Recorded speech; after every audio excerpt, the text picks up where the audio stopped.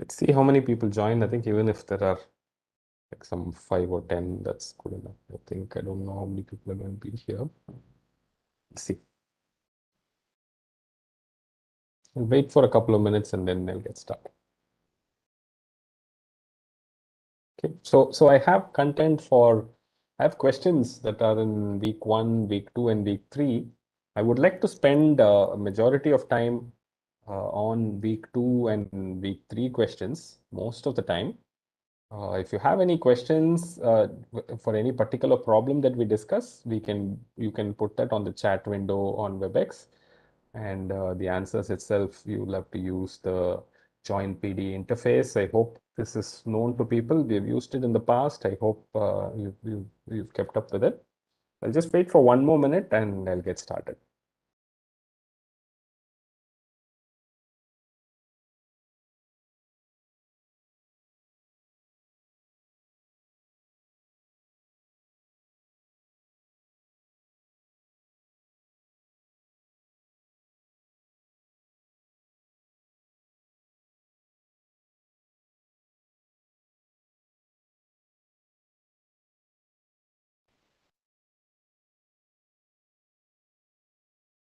Okay, so let's start with the first question. The first question is on week 1 content. And here it is. It's a very, very simple question relatively. I'm expecting people to go through it quite fast. So if you're on joinpd.com, you should see a prompt for you at this point asking you to enter a number. And this is the question that you have to answer.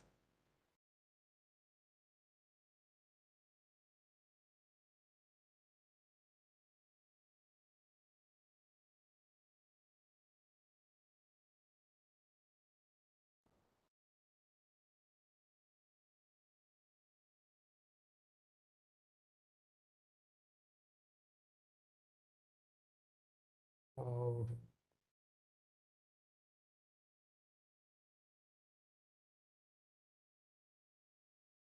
okay.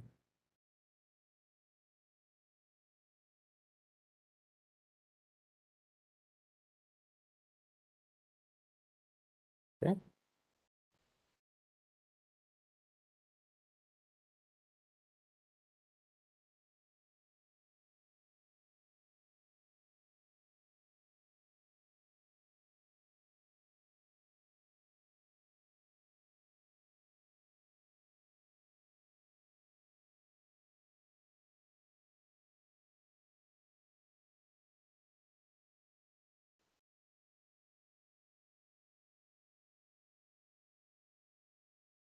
Okay, so there are very few people who are live, and I think there are about 10 people or so who are live, but okay. So see, about 4 people have responded. It's a fair coin. It's tossed repeatedly till a head is obtained. You need to answer what is the probability that the number of tosses is equal to 5. So the questions are also picked in areas where people expressed maximum difficulty in understanding. I think in the first week, geometric distribution was one of the topmost things that people had difficulty in. But this one is a relatively simple problem. Hoping people are able to do this quite well.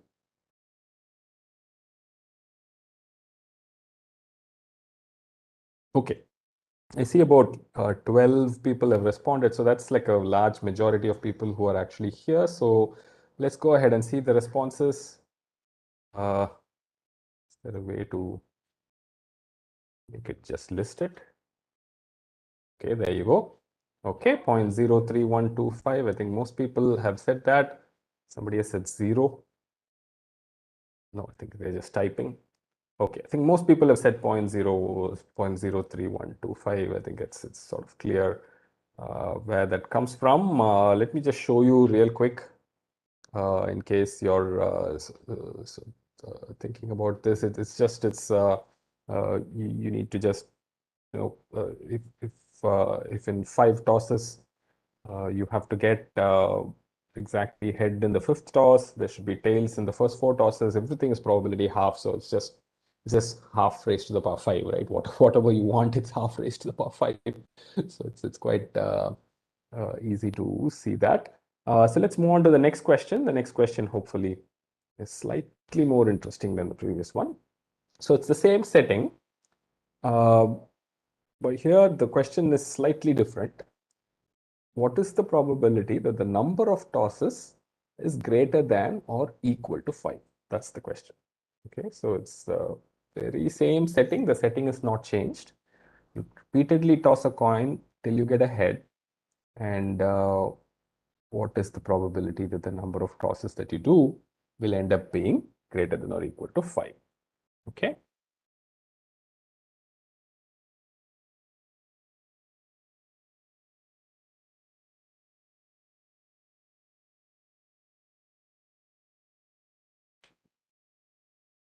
So I want to go through these parts relatively quickly because I think people expressed maximum discomfort in the later weeks. So I'm expecting these to be quick problems. I won't give you too much time.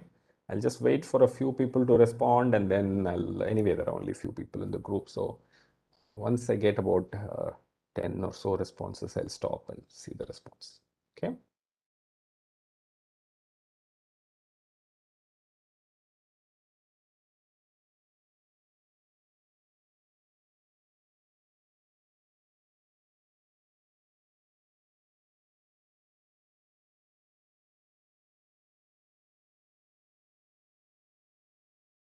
Okay, so I think that's about 10 responses or so. Okay, there's lots of 0.96875, 0.0625. I see two answers. There is this 0.96875 and 0.0625. I think seems to dominate. I think 0.0625 is the dominant answer. I believe 0.0625 is the correct answer. 0.96285. So it seems like people are uh, confused a little bit about the wording. Sometimes this greater than or equal to is a bit confusing. People will think of this as less than or equal to. Sometimes they won't do the 1 minus properly. All that confusion will come. So let me just show you the solution for the first question.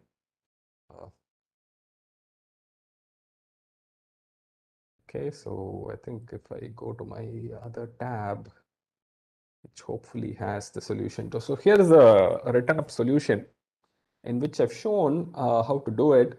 Remember, so the first thing to remember in every probability question, almost every probability question, it's about finding probability for an event.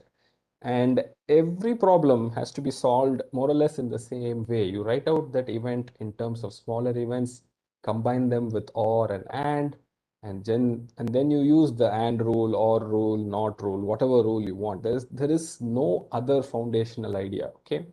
And most of you are comfortable with those foundational ideas, but somehow you tend to forget them, thinking, oh, this is geometric distribution, so now I have to use other ideas. I'm not supposed to use the basic foundational ideas. That's completely incorrect. Okay, so every problem in probability, the approach is exactly the same. You have to write out the event that you are interested in calculating probability for, break it up into smaller events, combine them with and then use the rules. There's nothing against using any fancy ideas you may have from later on that you've learned, but the basics are always the same. Okay. So if you use that, you'll see the first question is 1 by 32. It just comes out quite easily. The second question again asks for the number of tosses being greater than or equal to 5. So you could have 5 tosses or 6 tosses or 7 tosses or 8 tosses or so on like that. You can compute it like that. And this is the OR rule, right? Each of these are mutually disjoint events. So if you want to find probability, you can simply add up the individual probabilities. Each of these is just 1 by 2 power 5, 1 by 2 power 6, etc. So it's this geometric summation, and you should know the formula for the geometric summation. Okay, so this kind of geometric summation is a by 1 minus r, isn't it? So a is just 1 by 2 power 5. The ratio is half. So it's just 1 minus half, that's 1 by 16. So the answer is 1 by 16, that's 0.0625. And once again, notice I just used the first principles. There's nothing more to probability than these things. Every single question, always the approach is the same. There is the way in which the distribution is specified may be different, but you always approach like this, you will never go wrong. Okay. Now, there is a slightly smarter method to do the same problem. You can observe that a greater than or equal to 5, in fact, is the same as getting tails in first, tails in second, tails in third, tails in fourth. That's it. Right? Once you get tails in the first 4, the number of tosses is at least 5. Right? So that's the problem. So you don't need anything more beyond that. So this is another interesting way of breaking down the event. It's exactly the same as the other event, except that it gives you a smaller calculation.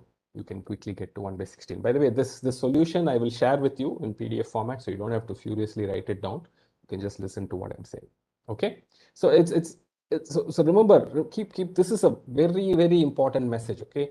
Almost every probability problem is calculating probability of an event or bounding the probability of something. And you always have to use these basic ideas. There's nothing more to probability than this. Okay. If you understood this, everything else can be easily done. All right. So let's move on to the next question. This is question number 2. Again, we are in geometric. There is now the situation is slightly different. I'm throwing a die instead of tossing a coin. I just want to reinforce, I'm not going to take too much time with this problem also. Again, it's very similar to the previous one, except you have to change one minor thing. I want to see if people do it correctly. So hopefully you got that. There is some interesting chat going on. Let me just see this. Yeah, so 1 minus half power 5. See, again, you're trying to use a fancy formula that you might have learned from somewhere. Instead of uh, going into the basics, there's a question about the method 1. It is a summation. Maybe the summation part is a bit confusing to you. It's a formula for geometric summation. You can do that. Yeah, the 1 minus half power 5. You're trying to use a formula that you've remembered, but that's not really needed here. Just look at the problem, write out the event, break it down, and then apply the same thing. You'll just get that. There's no problem there. Okay.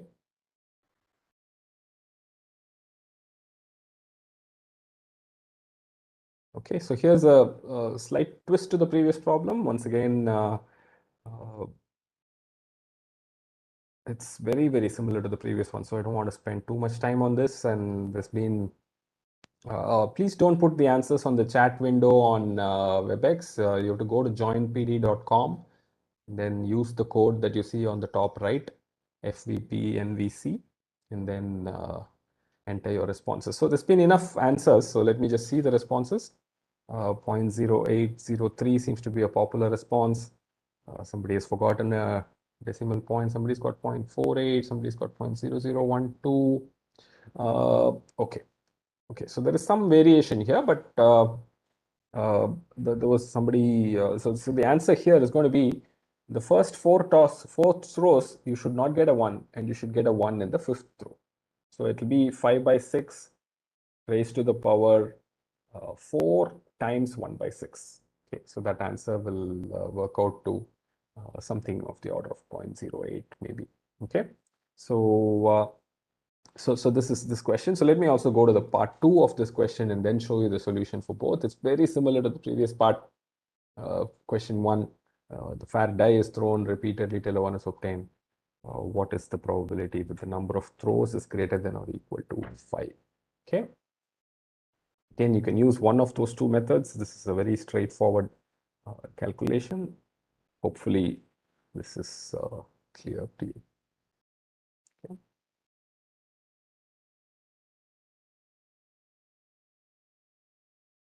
Okay, so I'm going to only wait for about 10 responses or so before showing the responses and the solution. Like I said, I want to go through these questions fairly fast because I want to spend more time on the 3rd week or so. So let's go through. Okay, so let's see. There are about 10 responses now. Okay, seems to go all over the place. 0.48 seems to be a sort of popular answer. It's also 0.51, 0.52.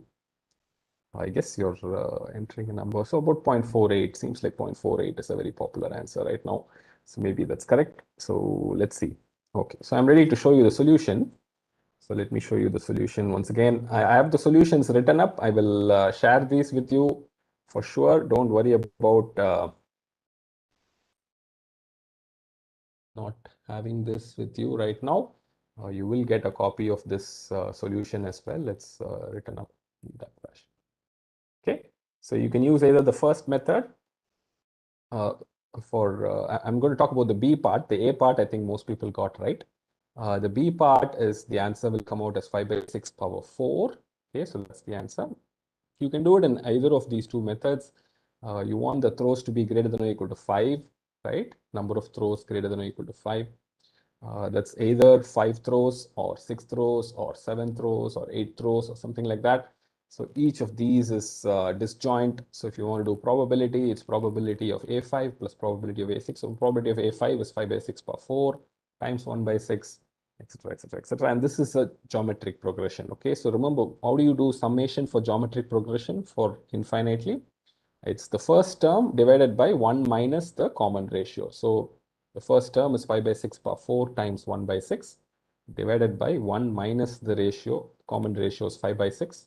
So that's 1 by 6. These two will cancel. You get 5 by 6 power 4. Okay. You can also do it using the second method. You have to have not 1 in the first, not 1 in the second, not 1 in the fourth. Right. So that's 5 by 6 times 5 by 6 times 5 by 6 times 5 by 6. That's exactly the same as this guy. Okay, so this is the solution to the second question. Reasonably straightforward. This is an important thing that you should be able to do given a geometric distribution. Calculate simple probabilities either on higher side or lower side or the other way around. Okay, so hopefully this kind of calculation is easy enough. So let's go to something slightly more different. So one of the challenges some people face, maybe not everybody faces, is when there is a slightly more complicated wording, the problem is in English, maybe the conversion into the corresponding probability events language is a little bit confusing for some people. So here is one such problem. Let me wait once again for 10 responses or so. It's reasonably straightforward again. I don't want to spend too much time and wait for too many people, but I'll wait for about 10, 15 responses. Then I'll show you some of the responses. So once again, this is like a geometric distribution problem. There is some sort of a eruption in a volcano, probably 0.01. It's independent from month to month. And what's the probability that the volcano will erupt within the next 1 year? Okay. Remember, so that will imply, so you have a geometric distribution here and you have to define the event correctly and make sure you get the right event. Okay.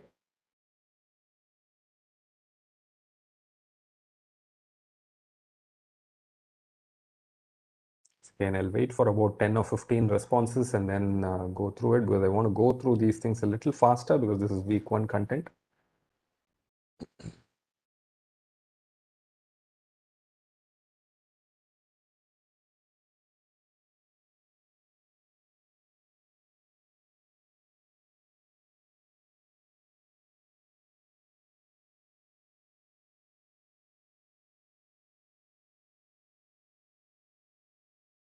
Okay, so looks like the number of people online is about 40 plus or so. So maybe I should wait for 15, then show you the responses.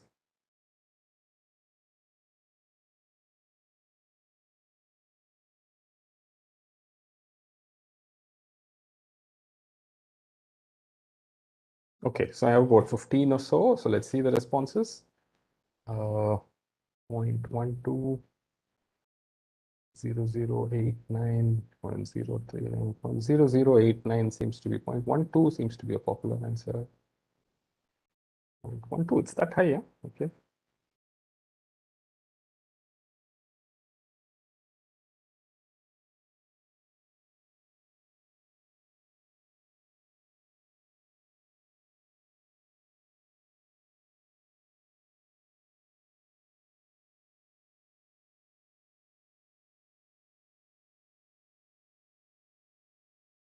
Okay, so 0.0089 seems to be popular. There's also a 0.12. Can somebody in the chat box hover dot 0.12?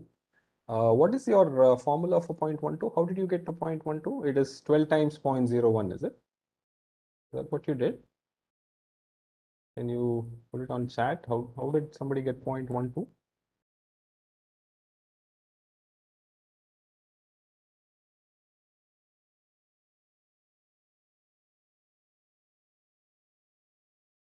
Somebody wants to type it out in chat. Okay.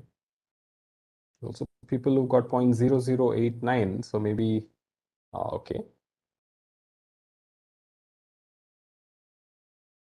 Okay. So it looks like Harshita Goyal has put out the answer 1 minus 0.99 per 12. So that's a very clean way of thinking of the answer. So remember, so some people have done 12 times 0.01. I can see why some people have done 12 times 0.01. So they're saying probability that it it erupts in 1 month is 0.01. So there are 12 months, so the probability should be 0.01. Supposing, let's say this multiplication by 12, right? Supposing instead of 0.01, I took 0.5, right? Let's say there's a particularly volatile volcano, it may burst very easily. The probability that it erupts in a particular month is 0.5. Then what will your answer be? 12 times 0.5, it will be 6. So you're going to say probability is 6. Okay. So those are things to think about. Okay. So be careful when you do these calculations. So quite often, if you just push the answer a little bit, you will quickly find out that you're wrong. Okay. So see, remember that this independent thing that's going on. So every month it may erupt, it may not erupt, may not erupt. It should not erupt in the first month. It should not erupt in the second month. Like that, when you do, you have to multiply the probabilities. When you do, and the probabilities multiply, and that's very, very important in these kind of calculations. So 1 minus 0.99 per 12 is correct. So I'll come back and show you the written up solutions later. Let's do problem B in this. A little bit slightly more involved.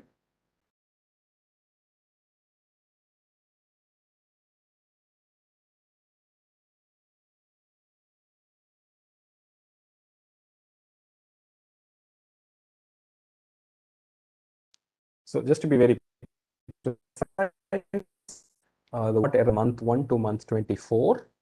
Okay. And then there is month 25 to month 36. I want to find the conditional probability that the volcano will erupt between month 25 and month 26, sometime in that period.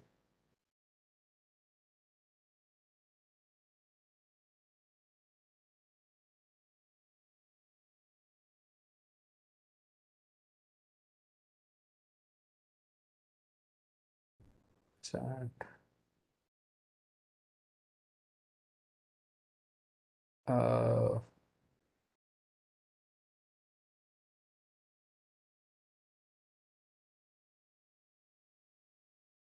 so this question about is it 12 or 11? I mean, like Abhishek says, maybe it doesn't affect the probability too much. It'll affect a little bit.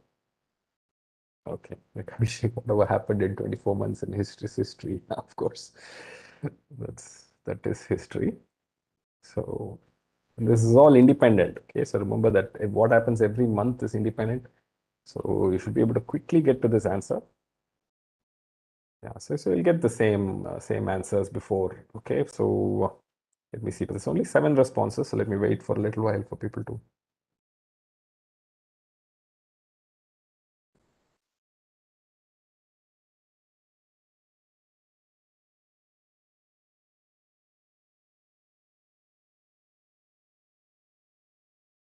Okay. Okay, so people are tending to put, yeah, memoryless property is another thing you can use. There's something that I do in the lecture. For those of you who actually watch the lectures, maybe the memoryless property is something that you remember, something that I emphasized in the lectures. Yeah, okay, but still I see some 0.1136, 0.01. Okay, people have gone all over the place. This answer is just 1 also. Okay. So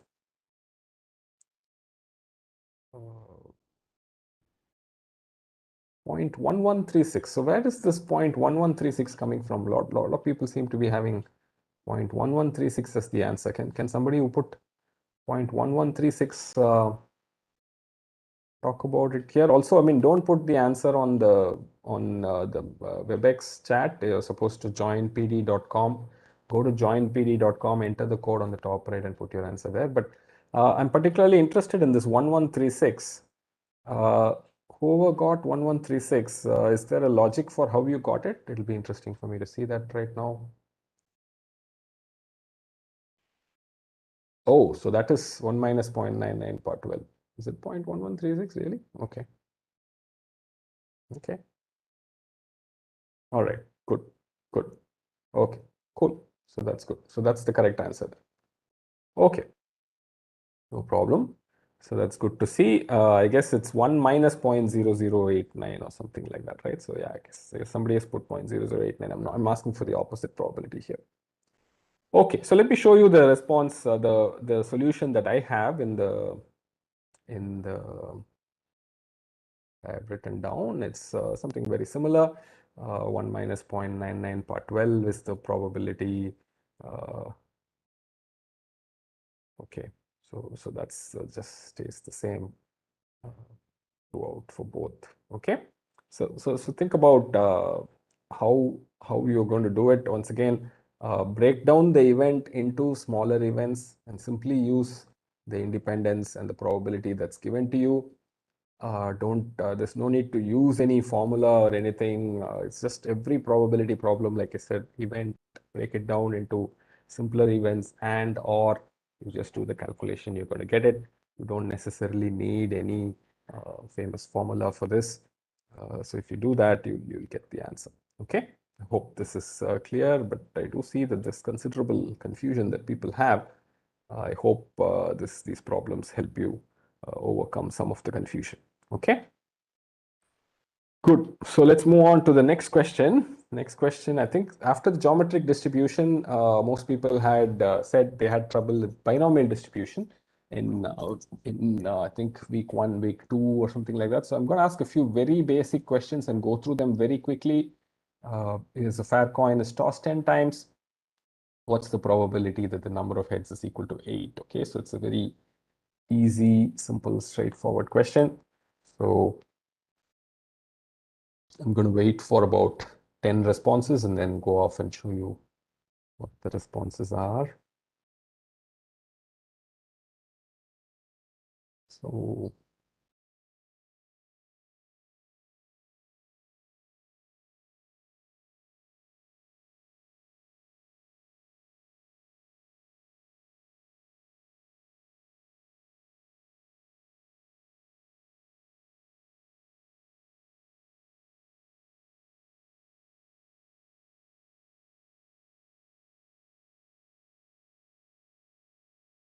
okay, so 0.0439 sounds sort of like the correct response is somebody who's got 0.175. Okay, so 0.000976. Okay. Okay. So 0.0439 sort of sounds like the correct range of the number. A lot of people are converging on this.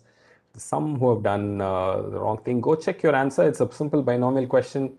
It is 10 choose 8, half power 8 times half power 2. So that's just going to be 2 power 10 in the denominator, 10 choose 8 in the numerator. And that's same as 10 choose 2. You can do 45 by 1024. That'll be the answer here. 0.0439 looks good. There's a slight change in B. Let me see responses here. A fair coin is tossed 10 times. So somebody is putting the answer on the chat window. Please go to joinpd.com and put in your answer there. Okay. Somebody has got 0.175. I think maybe someone in the chat should explain how they got 0.175. I'm not able to quite see the 0.175 here. I think maybe Roshan Mishra should explain in the chat how we got 0.175. That would be of interest. Why 2 power 8? The coin is tossed 10 times. Okay. So you should do 2 power 10. Okay. So this is a common mistake in binomial. See, the coin is tossed 10 times. You have to get heads 8 times and get tail 2 times. So that probability also needs to be accounted for.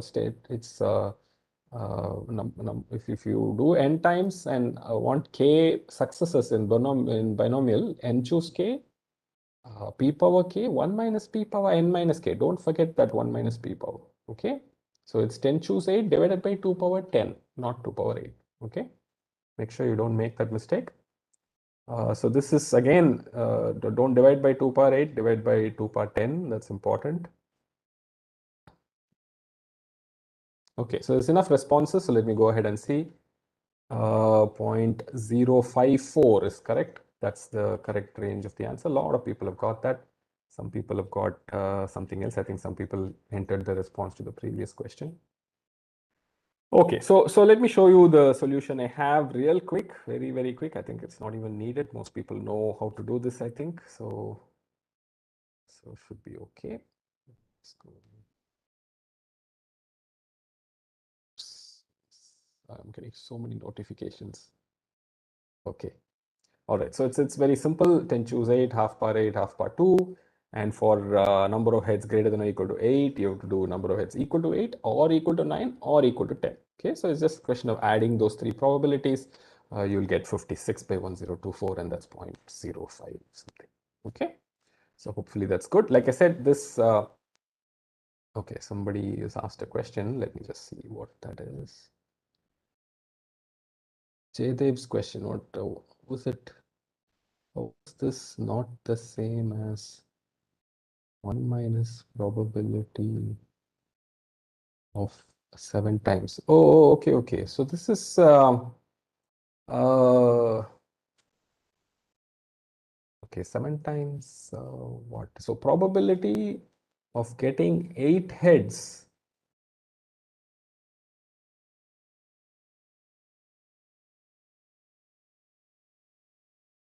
It's less than or equal to 7, right? See, if you say probable number of successes is greater than or equal to 8, number of heads is greater than or equal to 8, it's equal to 1 minus probability of successes is less than or equal to 7. Okay, so you have to add 0 plus 1 plus 2 plus 3 plus 4. Okay. So see, I'll tell you again and again. I mean, so the only non-trivial concepts in probability are those basic manipulation of events. Okay, so whatever you do, it'll always come back to that. Any mistake you make, you'll make mistakes in that. Okay, so don't blindly use formulae. Uh, you have to be very careful when you do that. Okay, good question. Thanks, Jaydev. Okay, so let's go to the next problem. So I'm trying to speed up here. I don't know, my speed is really not that good. So I'm going to skip this one. Okay, sorry, folks. So this question 5 we'll skip, or maybe we shouldn't skip. There's enough people asking. So let's go through this really, really fast. I'm going to go through very fast. Fat die is thrown 10 times. What's the probability that 1 never appears? Okay, so it's a very, very easy question. So I'm not going to spend more than 2 minutes. Let's go. Let's go. Let's go. Let's go.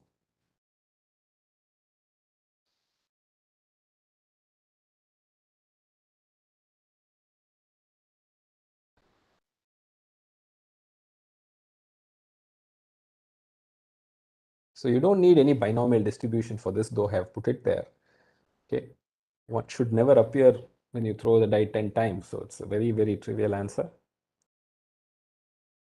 Oh my God, people ask about negative binomial distribution and all that. So see, sometimes when you read too much about these various distributions, you forget that probability is quite often a simple calculation of events game. There's nothing more beyond that involved in it. Don't jump to using some complicated distribution. It's always write out the event and see what it tells you. Okay, 0.1615. I hope that is 5 by 6 raised to the power 10. Is that correct? I hope that's what people have put down as 0.16 something. That's correct. It's 5 by 6 raised to the power 10, right? I mean, this you're throwing a fire die 10 times. One should not come in the first one, should not come in the second one, should not come in the second one, and 10 times. Now these are all independent, so it's 5 by 6 into 5 by 6 into 5 by 6, 5 by 6 per 10. So it's easy enough to get to this answer. Okay, so part B, slightly twisted. Question has changed in case you're answering the previous question. This is part B in question 5. Suppose a fire die is thrown 10 times. What's the probability that either 2 or 3 appear exactly once, at least once. Sorry, not exactly once, at least once.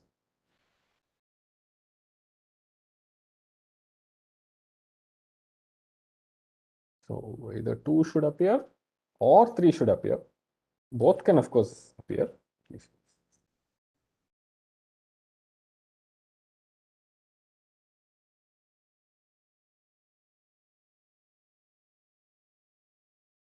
So remember, it's just a question of understanding what success is, right? So in the trial is throwing off the fair die.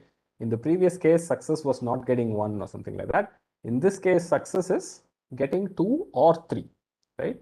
So the question is, what's the probability that either 2 or 3 appears at least once? There is this little trick to calculating either the probability or its complement. In this case, I mean, probability for an event or the complement of the event. In this case, it turns out the complement is very, very easy to calculate. So let me see. Okay, 0.9826. I think that seems to be a popular answer here. That should be hopefully be correct. And let me not spend too much time. Then go to quickly to the solution and show you what solution I have. I hope I have the same sort of answer here. 5 by 6 by 10. So it's just number of times 2 or 3 appear is binomial 10, 2 by 6. And it's just probability that number of times 2 or 3 appear is greater than or equal to 1 is 1 minus probability number of times 2 or 3 appear is less than 1. That's just 0. So you have to just do 1 minus 2 by 3 per 10. So there's various ways to justify this 1 minus 2 by 3 per 10. And that's the answer that people have got, I hope. Okay.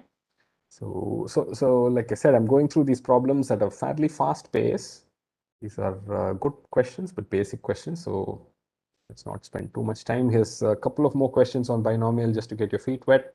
There's a 12-week monsoon season. Probability of rain in a particular week is 0.8, independent of all other weeks. So this tells you success probability, the number of trials, everything is out. What is the probability that it rains for 10 or more weeks? Okay, so it's I think the trick is just the numerical calculation here. Writing out the expression will be very quick, I hope.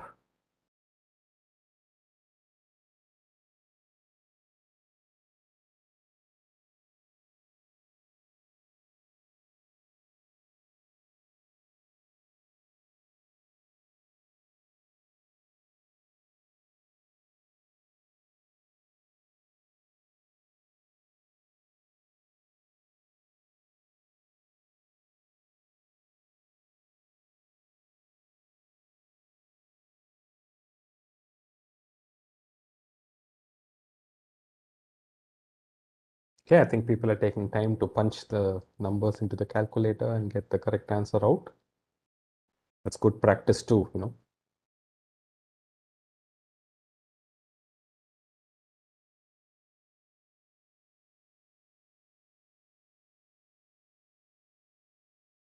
Of course, since I'm the teacher in this class, I can leave it in expression form and let you do the calculation, which is what I'm doing in my solutions. I'm not giving you the numerical answer necessarily.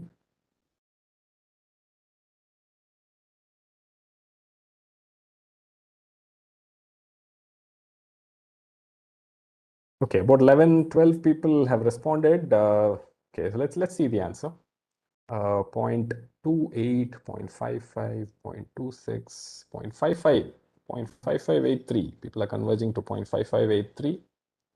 Okay, all right, that looks like a reasonable answer. So let's go to B. What is the probability? Yeah, true. I mean, it's likely that 5583 is correct. What is the probability that it rains for fewer than 4 weeks? So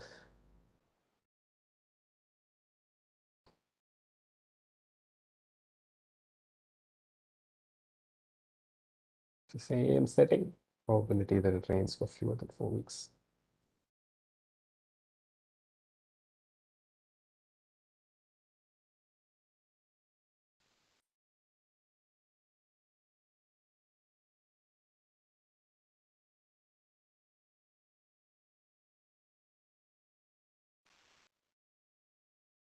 Straightforward question once again. The difficulty will be in the calculation, nothing else.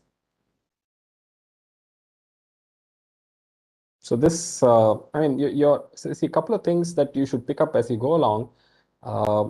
So it's a binomial. 0.8 is the probability of success. You're expecting the mean to be around 12 times 0.8. It's fairly high.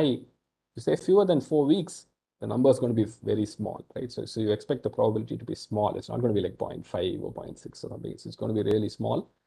So those are things that you can use to check your calculation. Suddenly, if you get like 0.95 or something for this, you know this something is clearly wrong, right? So that kind of gut is what you need to pick up as you go forward and get used to these distributions. But the essence is always the same, like I say, I keep repeating like a broken record, right? So write down the event, break it down into small pieces, and then that's how you do it. There's really no alternative to this method. So slowly people are converging.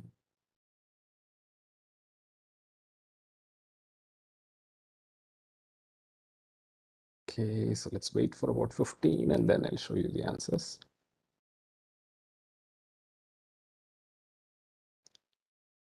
Okay.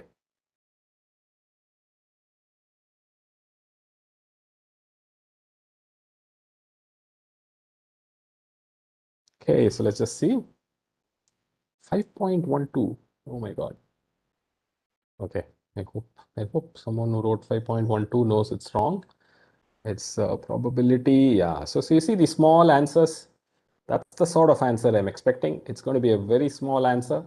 It cannot be 0.5 and 0.5 and 5.12 and all that. It's going to be a very small answer. And it seems like this is sort of the correct answer. 6.219 into 10 power minus 5 seems to be the correct answer. People are converging towards that. Let me just quickly go to the solution. So this is problems question 6. Okay, so the first one is just a straightforward calculation. The second one, like I said, it's 0.2 per 9, right? So it's a pretty small number. You have to get something of very small. So 2 power 9 is 512 times 10 power minus 9. So you have to get of the order of 10 power minus 6 or so, 5 or so. So that's how it will work. So don't worry, the PDF of this or whatever form will be shared with you. These are just solutions where I've handwritten the answers. No need to copy down these things furiously. I will share it with you for sure. Okay. All right. So let's go out to the next question. 7. Here's Bayes' theorem, a very basic. Yeah, I know it's slightly longish calculation. Here's Bayes' theorem and very, very basic Bayes' theorem. So I'm really not going to give you too much time. And so in fact, Bayes' theorem was put down as the third most complicated topic in week 1. So I have a couple of problems for you in Bayes' theorem to simply get yourself acquainted with it. I don't want to emphasize it way too much, but hopefully this is clear.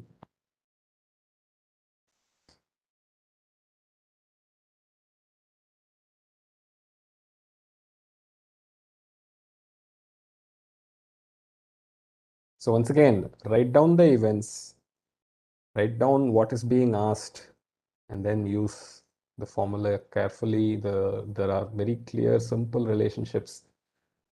Break it down in terms of what happens in the choice of the urn, what happens in the color of the marble that's picked. So this is a two-stage thing. So you'll have something and something, and then you'll condition and multiply, and it's just those straightforward rules.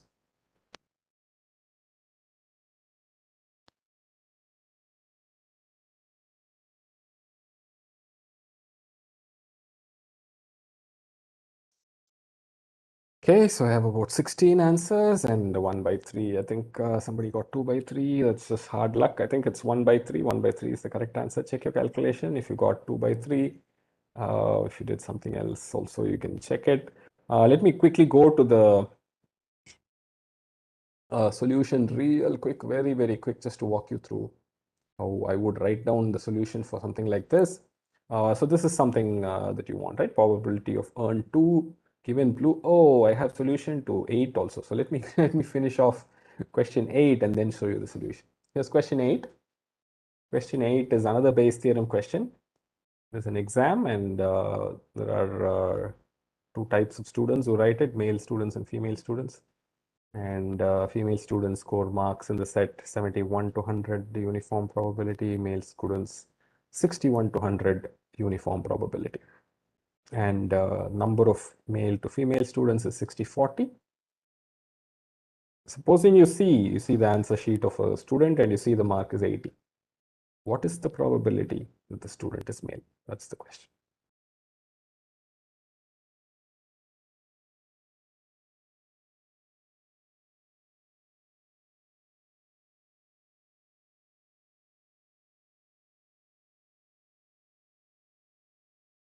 So you can assume this is a randomly chosen student.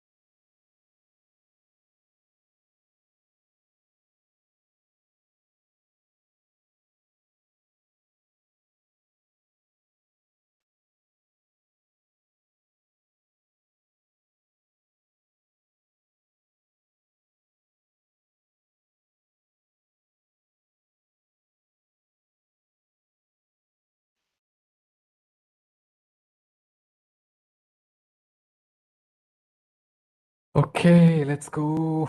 About 11 people have answered. Speed up. I want to speed up. I want to speed up. It's 0.529. 529 seems to be popular answer. 529. I think 529 sounds sort of correct. Let me go and show you the solutions for question 7 and question 8. How I like to write these things down is something like this, right? So if you go to the 7th question, I want to find probability of earn 2 given blue, right? So this is just shorthand quick notation in which I write it. Earn 2 given blue, that's blue given earn 2 times earn 2 divided by probability of blue, right? So I need probability of blue there, and the probability of blue is broken down as blue given earn 2 times earn 2 plus blue given earn 2 times earn 1, right? So that's the answer, and you just get 5 by 15 times half by this, and that'll just come out to be 1 by 3. It's not too difficult to see this. Same thing you do for the next one. The same formula, the probability of male given 80, 80 given male times probability of male divided by probability of 80, and then 80 could be conditioned as 80 and male or 80 and female, and then each of these things is condition multiply, condition multiply. You get the 9 by 17, that's 4.5 something. Okay. Okay, so let's go. We're going very slow, I think. Next is Poisson. Okay,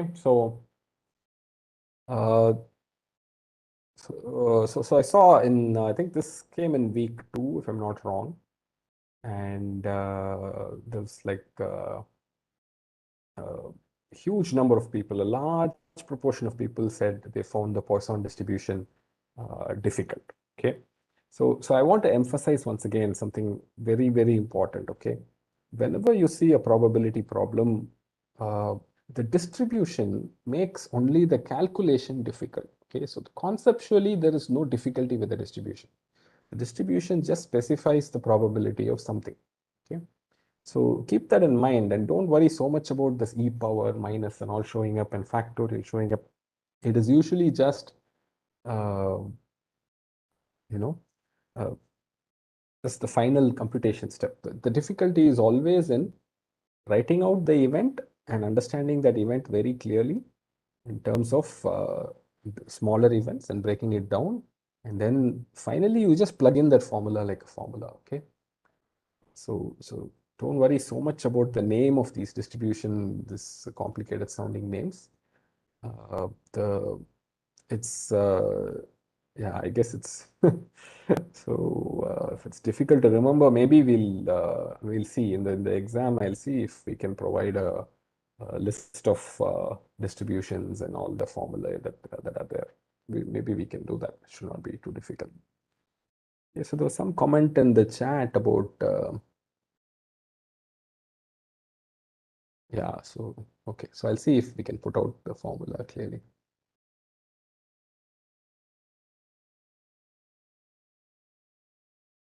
Okay, so it's a question about 1 by 40 and then answer has been given. And there's a question about dividing by blue. Yeah, I think that's important.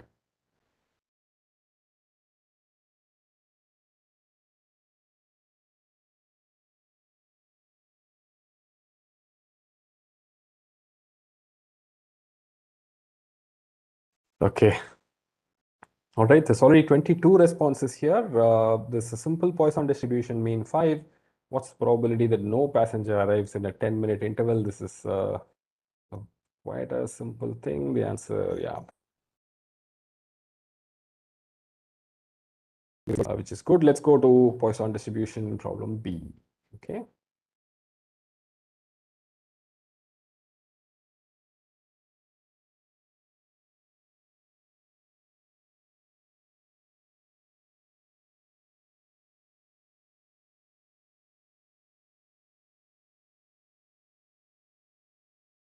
What are we doing on time? Okay, we're not doing too bad, but I need to finish up week 2 and jump into week 3 with sufficient time to spare. We'll see.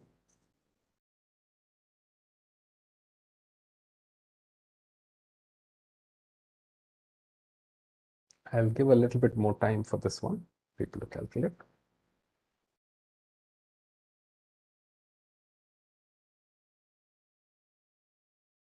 Write it down carefully. Quite often, the event that I give you may be difficult to compute directly.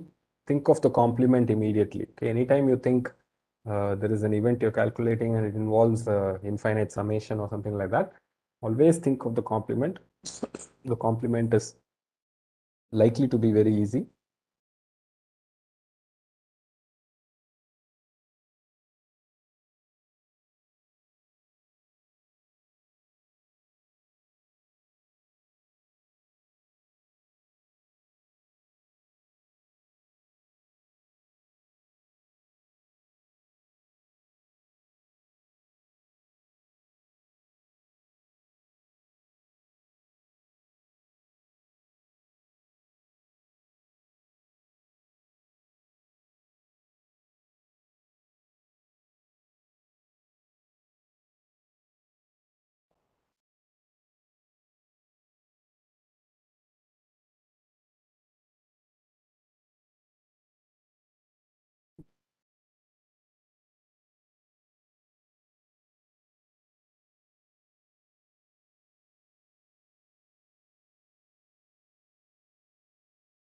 Okay, about 20 people have the answer. Okay, and 1246.875, 0.865, 0.913, 0.875 seems to be a popular answer. 2, 3, almost these are older answers that people have given. 0.000045, that sounds like a very unlikely answer. Okay. See, remember once again, uh, how do you get a sense of how big the answer should be? Should it be like 10 power minus 7 or should it be close to 1? Or how do you get a sense of how big the answer should be? Remember, the mean is 5, right? And the distribution is going to take, in most cases, reasonably high values around the mean. The Poisson is like that, right? So you know it's got a very reasonable distribution. It's not extreme in some way. And we are asking greater than or equal to 3. So it includes the mean. It includes few points above the mean. So you have to expect a slightly high value, right? If you can't make a universal statement like that, but generally that's what you expect, okay? So these kind of things will help you if you're getting lost in the calculation to get a sense of whether or not you're right. So I think this 0.875 looks sort of okay to me. 875 is sort of in the ballpark of what one can expect. Let me see what solution. I haven't done the numerical calculation in my solutions, like I said, but at least let's see what expressions I have, right? So here's the formula that people said they find difficult to remember: e power minus lambda, lambda per k by k factorial.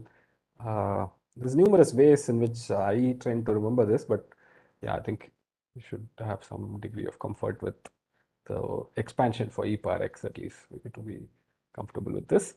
So in this case, you're looking for number of passengers greater than or equal to 3. So that's going to be 3 or 4 or so on, so on, so on.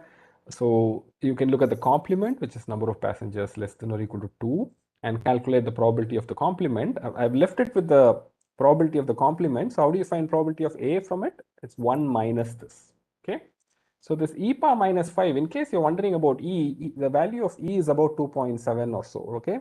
So let's say it's 2 or 3 or something. Let's say 2. 2 is a comfortable thing.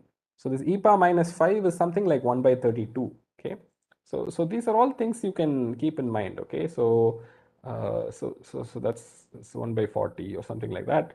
5 squared is 25 by 2, 12.5, 17.5, 18.5, 18.5 by okay, 2.75 is will be closer to 100 or something like that. So you'll get that, and then you get a division, and then so these are ways in which you can roughly know where the answer should be and not get lost in the numerical calculation. So anyway, I have to do 1 minus this. This is just probability of A complement. 1 minus this is the correct answer. I hope people got this expression right. So this is how the Poisson distribution sort of works. If you're not used to working with it, I hope this gives you a good experience in doing this calculation. Okay, so let's go on to the next one.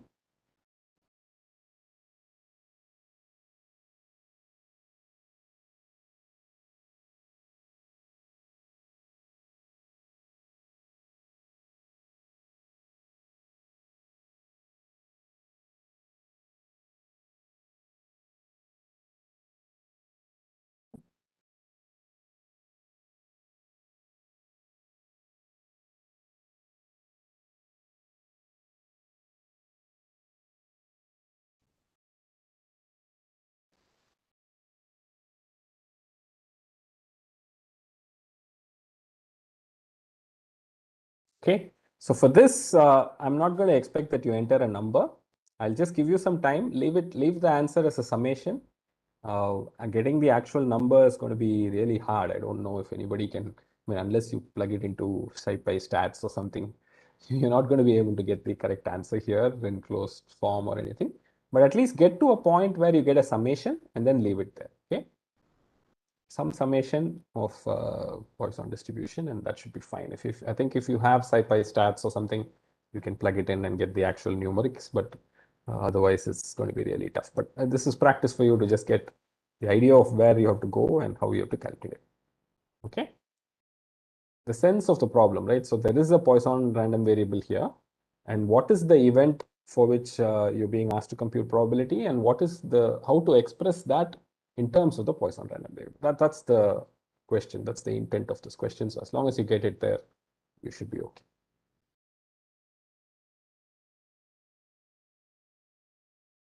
Okay, so people are actually entering answers. I don't know, where are you getting the numerics from, by the way? 0.034. Okay, so they seem to have a Poisson random variable CDF calculator somewhere. Okay, good.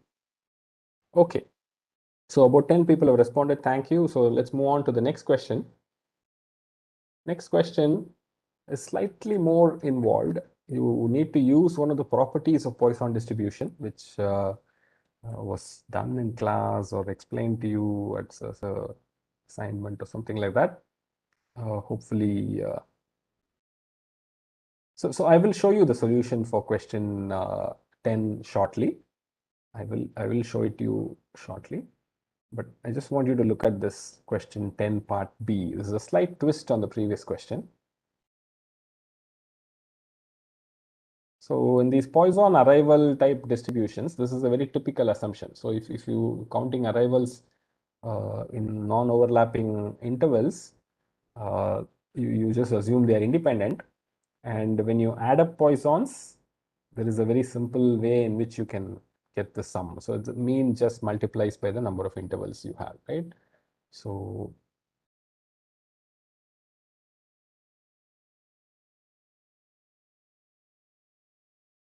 So remember, the probability that item A will go out of stock, you have to find, I think at least the way it's worded, you have to find probability that more than 15 people, greater than or equal to 15 people, will come between the interval 9 a.m. and 11 a.m. Is that correct? Because if greater than or equal to 15 people come, it will go out of stock, right? It's not exactly 15. Okay.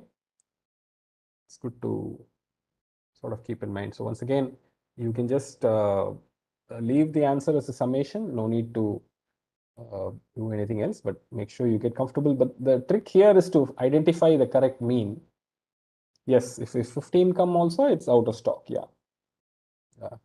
Out of stock, it goes when 15 come, or 15 or more, 15, 16, 17, all of them. It's not exactly 15, right? So see, what if 16 people come? 16 people come also, it will go out of stock. They all will try to buy. Not everybody will get it. Only 15 of them will get it.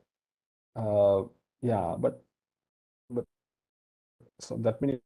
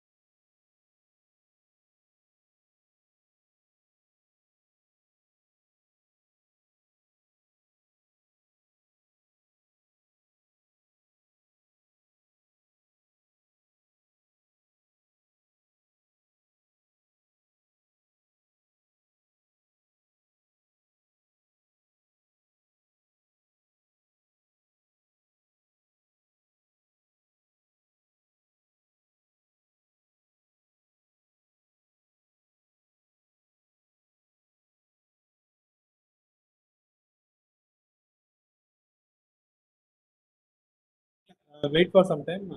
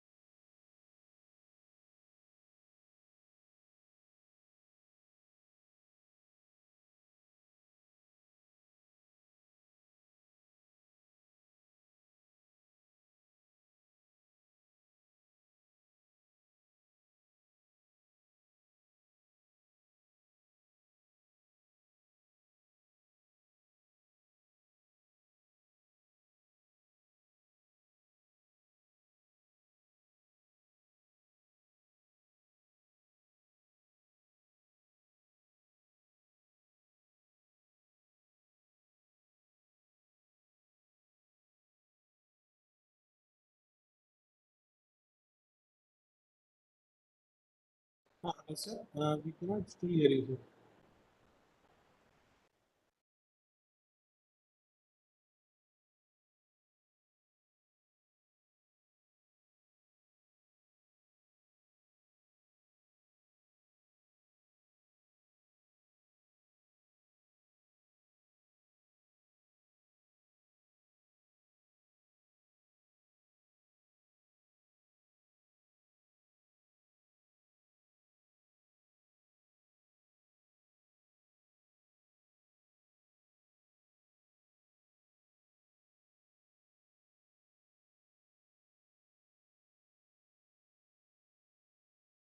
Yeah, just wait others, please.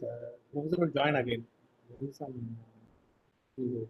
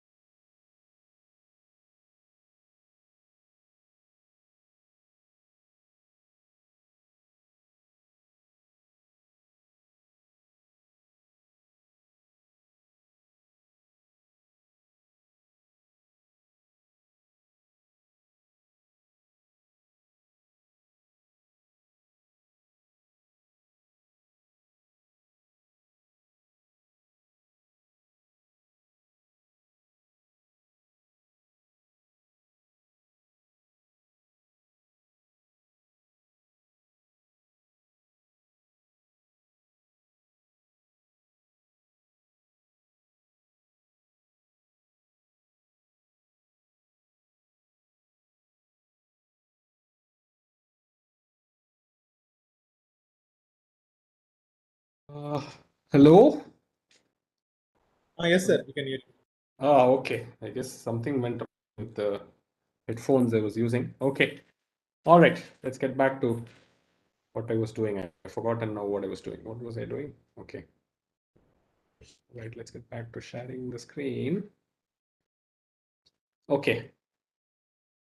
Mm, okay.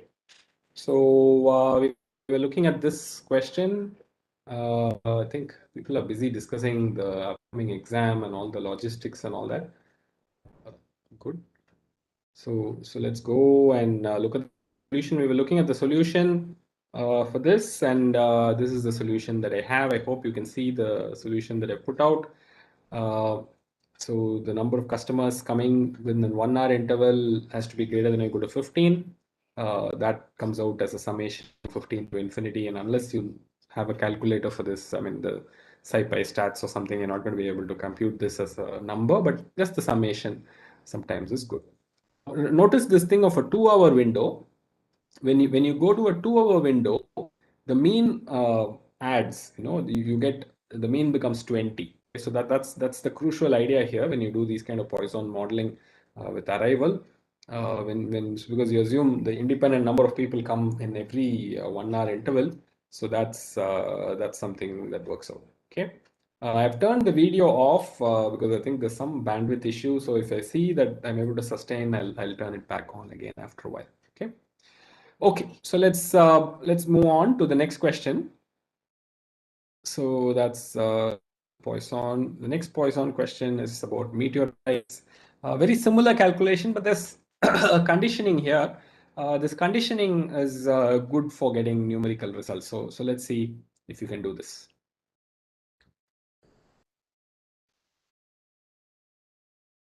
So there's something on the chat. Let me just see.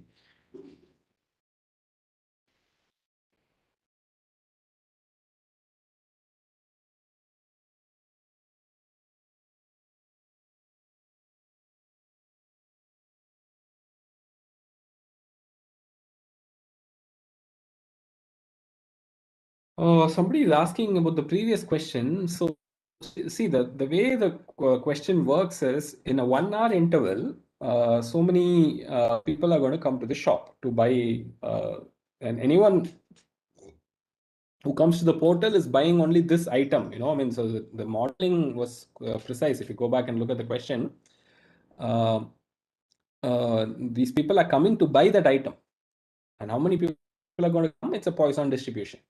How many pieces of that item do I have? 15. And if in 1 hour, more than 15 people come to buy that item, I will go out of stock, right? 15 or more. That's the way in which the question has been framed. Think about it. I think that's the most reasonable and correct interpretation. Okay.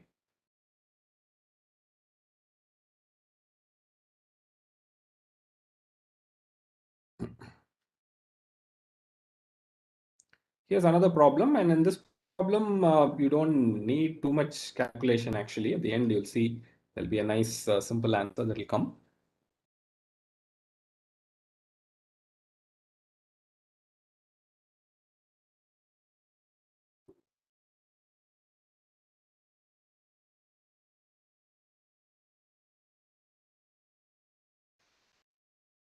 Okay, so this people asking questions about what if. So see the modeling went in the previous question was everybody is coming to buy that one item. Okay, so the number of people who come to buy that one item. So and we'll assume, I mean, it was not stated in the question, but a reasonable assumption is each person will buy one of those items and not multiple the same item, right? So we're not expecting them to buy multiple things.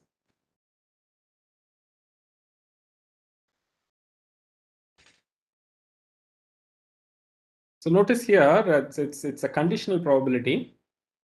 We are given that at most 3 meteorites are going to hit. The number is Poisson, but what is the conditional probability that no meteorite hits? Okay, so that's the question.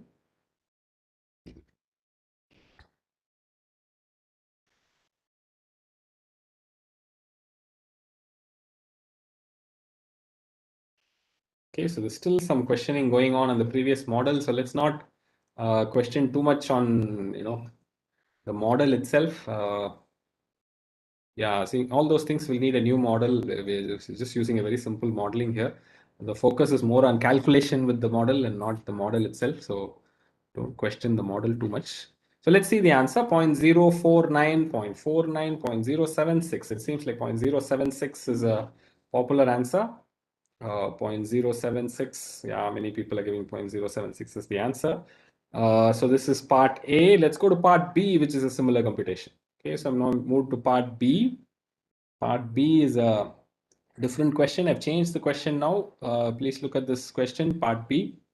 The number of meteorites hitting Earth, again, is the same model, Poisson model with mean of 3. At least 3 meteorites hit Earth's atmosphere in a month. What is the conditional probability that 5 meteorites hit? Okay, so it's again a conditional probability. Hope you're able to quickly calculate.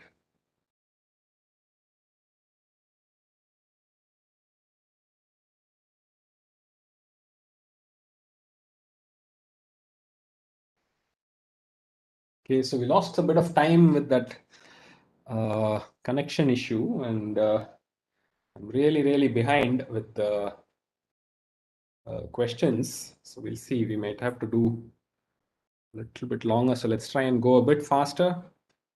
If people can write down this computation.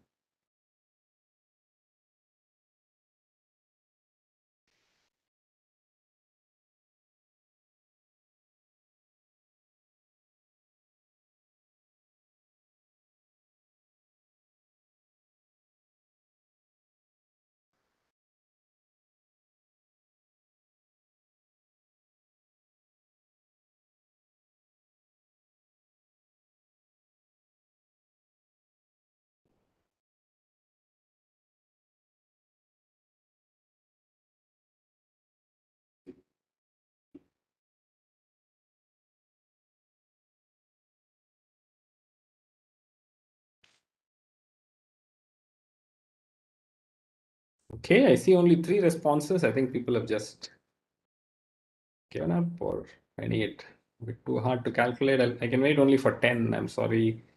We are really out of time this time. Let's see.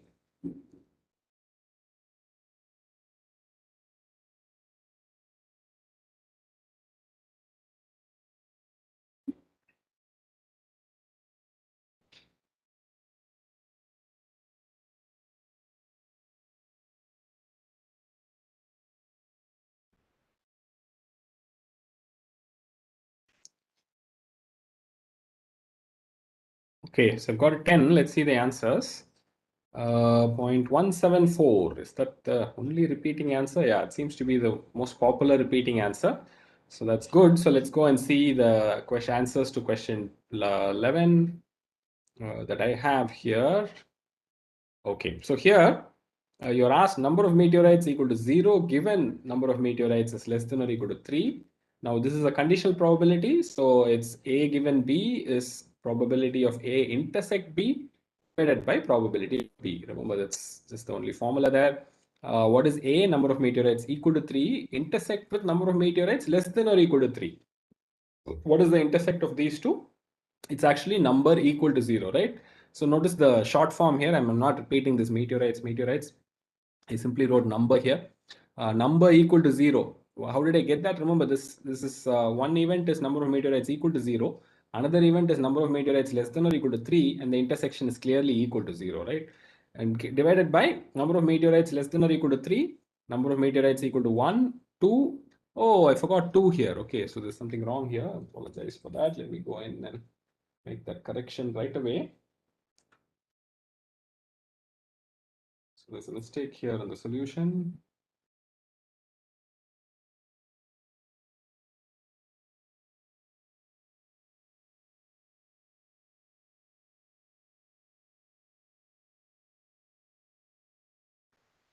Okay, so there is an important case here which I seem to have forgotten. Probability of number equal to 2.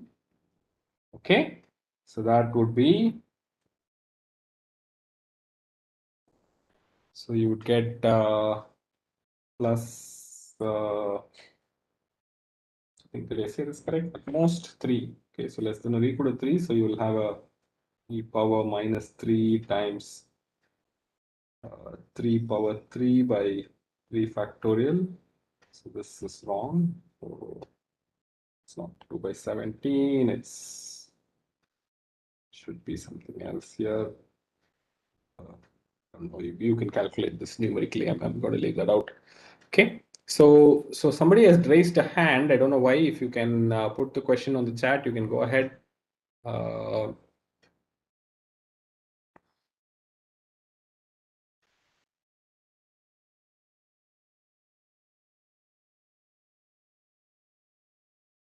If the probability of anything less than 3 is 0,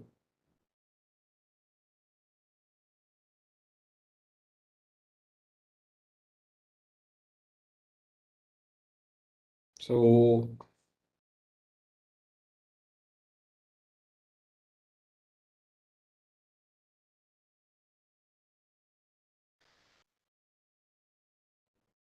Okay, so this is the answer for the first one as far as I can see. For part B, there's a very similar calculation. A number of meteorites equal to 5 given number of meteorites is greater than or equal to 3. And again, you need to do an intersection here. You will get number equal to 5 divided by number of meteorites greater than or equal to 3. It's going to be 3 plus 4 plus 5 plus 6, so on. But a very easy way to calculate is 1 minus number of meteorites is strictly less than 3, and that's 0, 1, and 2. So you will get a formula of this nature, which you can compute. Okay, so these are the two solutions. So I hope this is okay. And this is once again, I want to remind you, most of the calculations in probability involve just dealing with events. You should be careful when you do that. Okay, so let's keep going.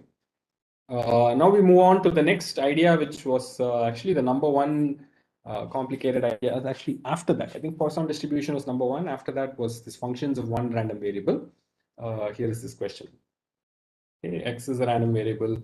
It's uniformly distributed, -5, -4, so on till 5. So -5, -4, -3, -2, -1, 0, 1, 2, 3, 4, 5. Okay, so 11 values that X can take, uniformly distributed.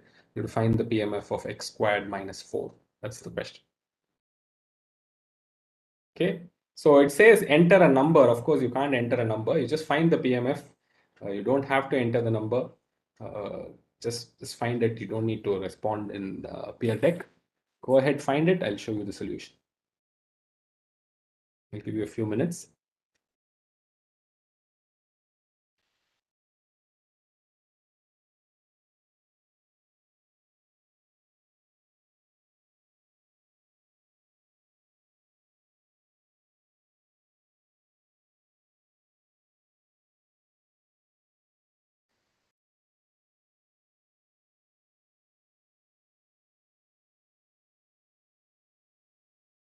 The method that I would use is just the table method.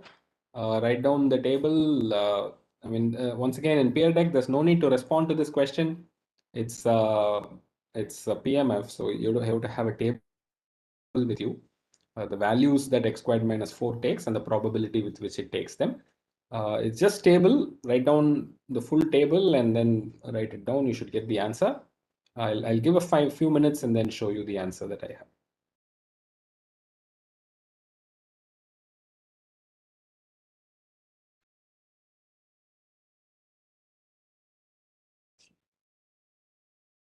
Okay. It's the assumption here that if a variable x follows the distribution, then any function also follows this. No. See, what happens is when x follows a certain distribution, x squared minus 4 will take will mostly a function of x will have some other distribution which you can derive given the distribution of x. X is uniform from -4, -5 to 5. X squared minus 4 will take different values and its distribution will be different. And if the function changes, the distribution of x squared minus 4 will change. Okay, x squared minus 4 is the new random variable now. Okay, x has a certain distribution. X squared minus 4 will have a different distribution. It will take different sets of values. It won't take the same set of values. For instance, x squared minus 4 may not be equal to many of the values that you see here for x. Okay, so you have to write down the table of all possible values that x takes and then look at the possible values that x squared minus 4 takes and then write down the answer. Okay.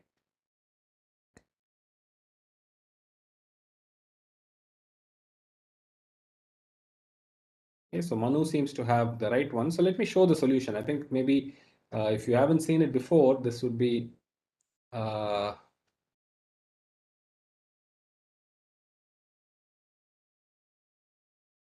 yes. Jaydev is right. So if your function is sort of one-to-one, it maps this to exactly something else, then the distribution in the sense that the values it takes will change. The probabilities with which it takes the values may not change. Okay, so let's see the solution here. So these kind of problems are solved in a very simple, direct sort of manner. We simply make a table. Okay, so this is how I make my table. You can do it slightly differently if you don't like this way of making the table. Write down all values of x and the probabilities of x. Okay, so this is just writing in a very simple way. Maybe you should write probability of capital X equals small x, things like that. But this is good enough. This is all 1 by 11 uniform distribution, minus 5 to 5. Now here y is x squared minus 4. So what is x squared minus 4? Just write down what x squared minus 4 is. For every x, if x is minus 5, it's 21. It's minus 4, it's 12. Minus 3 is 5. Minus 2 is 0. Like that. Okay. And then you have to do the next step. So this next step is sort of crucial. You have to identify the unique values of y. Okay. What are the range of values of y? What are the values of y that are unique in this? Okay, so you notice a lot of values repeat, right? 0 comes twice, minus 4 comes only once, minus 3 comes twice, 0 comes twice, 5 comes twice, 12 comes twice, 21 comes twice. You know the quadratic, right? Quadratic has that shape. So it's quite often the quadratic will give you the same answer as the output, right? So two times it can take the same answer, right? So that's it's not surprising that it behaves like this. Now, after you write this, the crucial step is finding out all the x's that give you that particular value for y. If you look at minus 4, there is only one x which gives you that value, and that's 0. Okay, so what's probability of y now? Probability of y is probability of this set, the set of all x such that x squared minus 4 is y. Now that set is simply 0 here, right? So there's only one value for x. What's probability that x equals 0? That's just 1 by 11. Now we go to minus 3 now. Interestingly, there are two different values of x, right? 1 and minus 1. Both of them give you minus 3 for y. Now we have to find probability that x lies in this set, 1 or minus 1, and that's 2 by 11. Okay, so likewise, you see 2 by 11, 2 by 11, 2 by 11, 2 by 11. So the distribution of y is that it takes 5 or 6 different values, minus 4 with probability 1 by 11, and minus 3, 0, 5, 12, and 21 with probability 2 by 11. Okay, so this table method, I'll tell you, it's the easiest method. Given a discrete distribution, just write down a table and finish it off. Okay, so that's the first problem. Let's see what's the next one.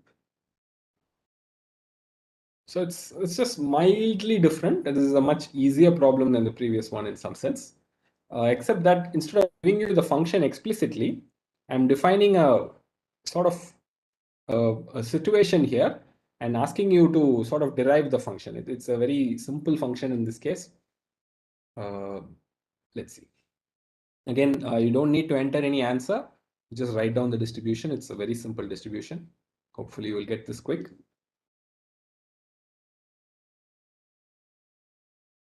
Yeah, just shift by 5 lakh exactly, right? So this is a translation. Okay, so translations are very, very easy and important transformations of random variables. Quite often when you deal with data, you'll be translating, and you should know that when translation happens, it is just simply a shift. This is a very, very easy problem. So I'm going to simply show you the solution immediately. Let's go through the solution. It's a simple, relatively very, very simple problem. So this is x is the variable pay. Probability with which the variable pay happens is just 1 by 5. You simply add a 5 lakh to it, you get the same distribution. So this is sort of the situation that Jaydev was referring to, where it's a 1-to-1 map. Just the value changes, probabilities remain the same. Okay, so let's go to the next one. This one's slightly twisted. See if you get it right. Okay, once again, a situation is given to you. From this, there is a random model in the situation. And then there is also a deterministic component to it, given you know how many things fail the quality check, etc. And then there is a final quantity that's asked, which is a function of the random quantity. There is one random quantity, which is you have to identify that, you have to find out its distribution, and then you have to identify the transformation that is described in the problem, and then apply the transformation.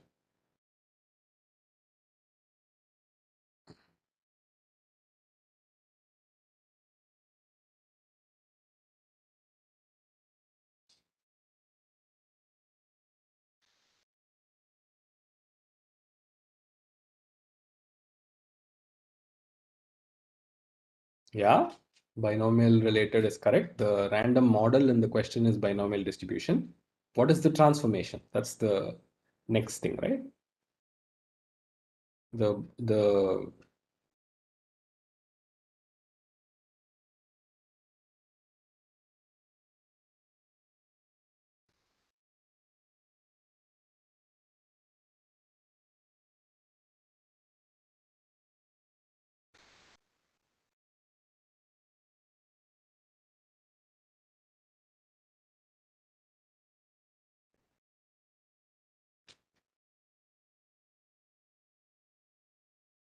Normal?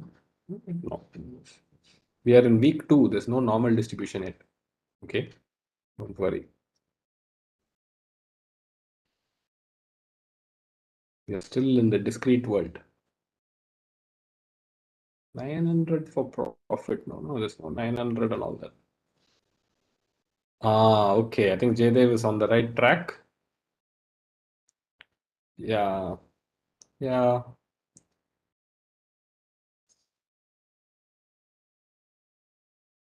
Uh, Identify the transform, identify the variable that gets modeled as binomial, identify the transform that gives you the daily profit in terms of that variable. What is the unknown here? The number of appliances that fail quality check, right?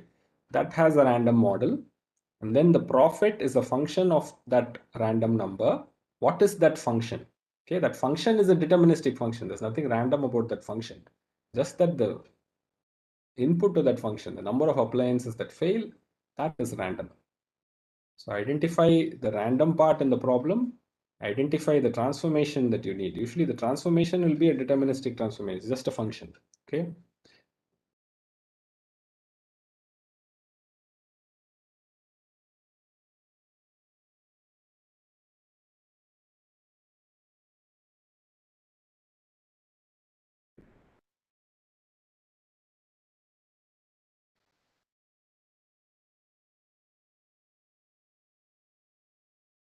Yeah, there you go.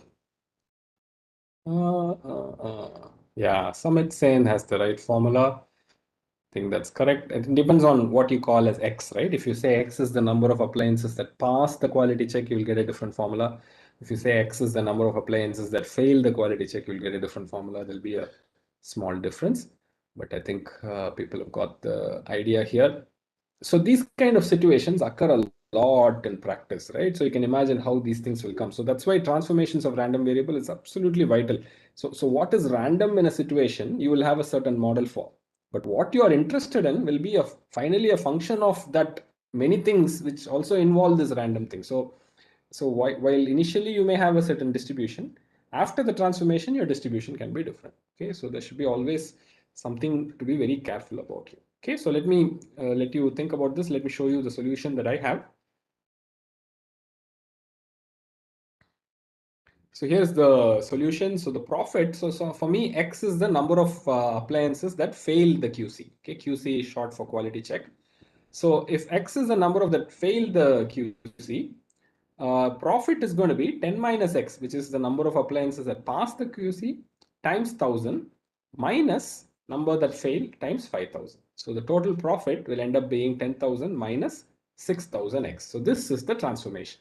Okay, 10,000 minus 6000X is the transformation.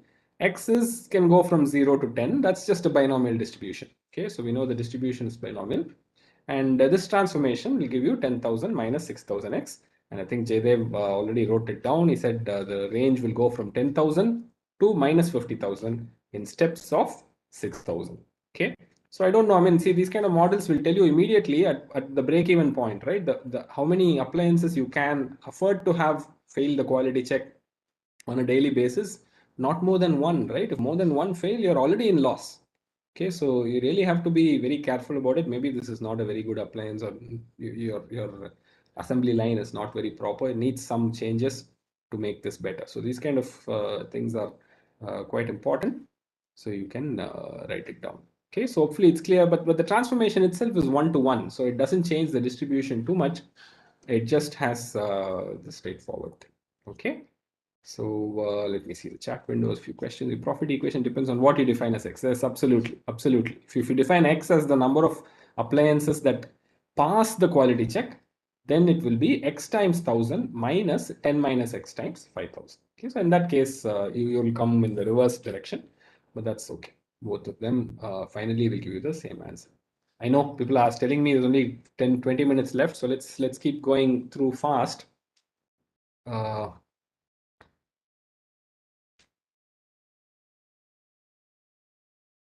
Okay, so this question I'm going to skip. Okay, so this is just a regulation question. except that there is a Poisson distribution, or maybe I'll give a couple of minutes. I think let people just quickly work it out. I'll quickly show the solution. I'm not going to give you too much time. Uh, so let's just go through real quick, real quick. Just 1 minute, okay, for you to quickly digest and put out.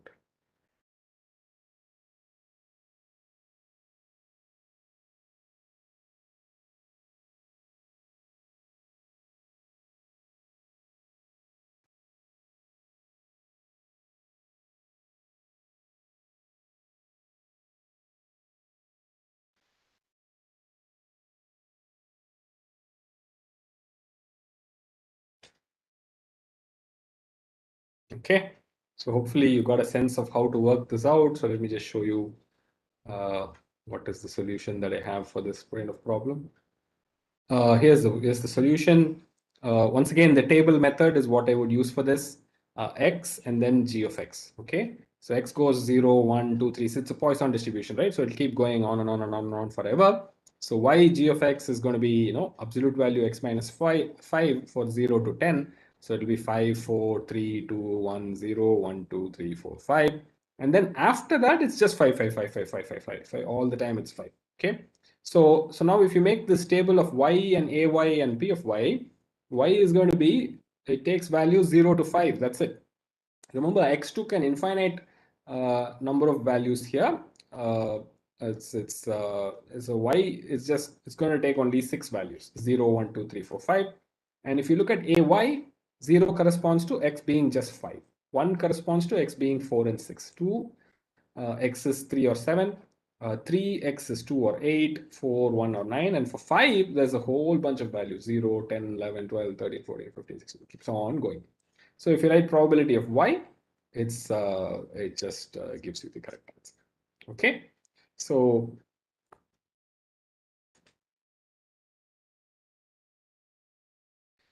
this kind of tabulation, in fact, I mean, I've always used tabulation, whatever it is, however complicated the problem is. I've always written it down in tabulation, and it doesn't hurt to tabulate. You get a good sense of where the function is going. You get a very good sense of how things work. Okay, so don't underestimate simple methods. Simple methods are very versatile, and they end up being really powerful. Okay, so let's keep going. So now we're slowly coming to the week 3 part of it. Somebody keeps asking me about derangements. I'm not really going to talk much about derangements in this session. I apologize. Please, let's see. Let's discuss that some other time. Let's move to week 3. This is already week 3 now. This is a very simple standard textbook problem for week 3 content. 2 random variables jointly distributed. You have to find other distributions related to this joint distribution, right? So what are the marginals of x and y? Are they independent? Couple of conditionals. Very bread and butter problem. You should be very comfortable with this situation. So let's see. So here I've put out a text response for you. You can write what you like there. I don't mind that, but I mean, what I would prefer is you can just say done or something like that. Right? I mean, if you're done, you can do that. It's just a quick solution.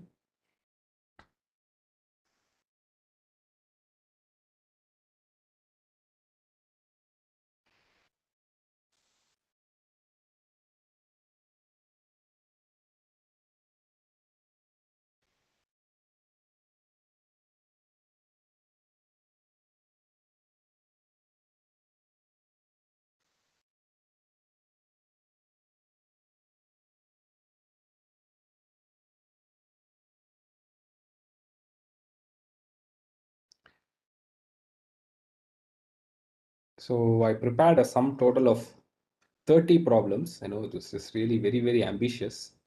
We are at 16 now. I think what is the probability that we'll come to 30 in the next 20 minutes? 0.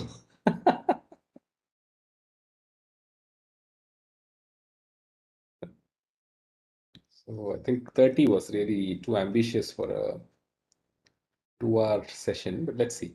Let's see how many we get through.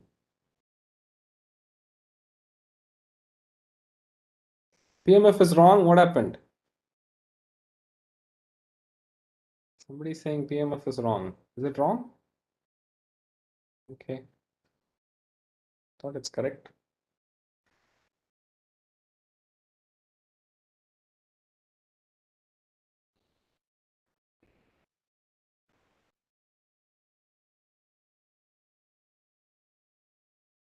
Yeah, I will share all the questions, and starting next week, I will try and do similar sessions for weeks 5 and 6. I think weeks 5 and 6 were quite demanding, and let's we'll do that starting next week. So anyways, for your exam, this is what's most relevant. Hopefully, you've done this. So let me just show you the responses, the solution here. It's just routine calculation, but still should make sure you do it correctly and exactly. Okay, so this is how I would do it. It's just looking and writing it up. It's nothing more than that, except you take some care and make sure you don't goof off and make a mistake. There's also question number 17. So 16 is here. So let me just go to 17 and then let you play around with it and then come and then show you the solution. So 17. So this joint PMF, the same joint PMF. Now, a few more things are being asked. What's the distribution of x plus y? What's the distribution of max of xy? What's the distribution of min of xy? Okay. I will describe the solution. I just want you to work on these things first, and then I'll quickly. So these are also very easy in this problem. It's just a question of writing it down and tabulating very quickly.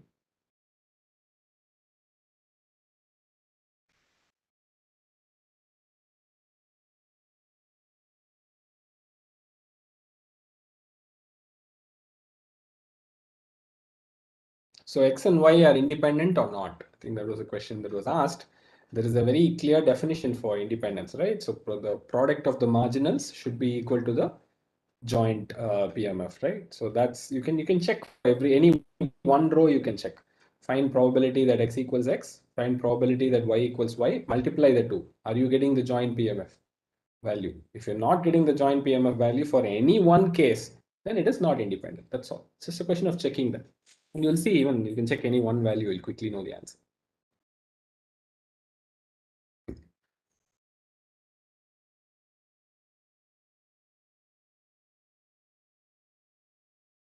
Okay, so this is one of the easiest questions in this whole thing. So I'm going to go through and show you the solution and then walk you through the solution. Here's the solution for x equals the marginal of x. X takes just two values, 1 and 2. And it's just 0.5, 0.5. You can just add up over the values of y. Y takes three values, 1, 2, 3. And it's a non-uniform distribution, 0.4, 0.3, 0.3. So how do you check whether they are dependent or not? Take x equals 1, y equals 1. Okay. Probability, the joint PMF of x equals 1 and y equals 1 is 0.1. But what is the product of the marginals? 0.5 times 0.4. What is that? 0.2. Okay. While the joint PMF is 0.1. Okay. So clearly they are dependent. That's all. You just have to check that. Of course, you have to check for every possible value. If you want to show independent, it has to be equal for every possible value. So you have to check for everything. So showing independent with this calculation is a little bit more painful. If you just want to show dependent, it's enough if you find one value for which it will not be true. Okay, so in many cases, it will come out very easily. So that will be the answer. Okay. So now the other two conditionals, I don't want to go into great detail here, but the answers are given there. I'll let you verify. Let me come to this x plus y min and max. Okay. For these small distributions where it's a toy distribution, just the table is given to you.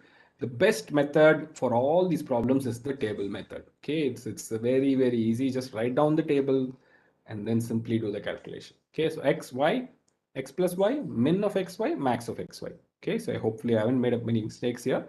2, 3, 4, 3, 4, 5. That's the summation. Min is 1, 1, 1, 1, 2, 2.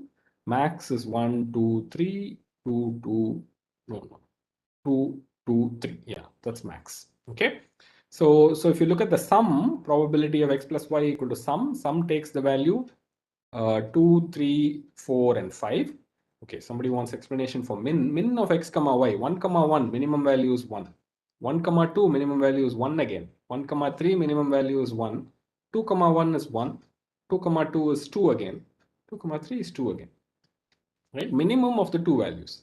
Max is maximum of the two values. And that will give you this. Okay. So the sum takes four values, 2, 3, 4, 5. And the probabilities you can calculate very easily, right? So 2 is taken only once. That's when x and y are both 1, 1. So that's 0.1. Okay. 3 is taken twice.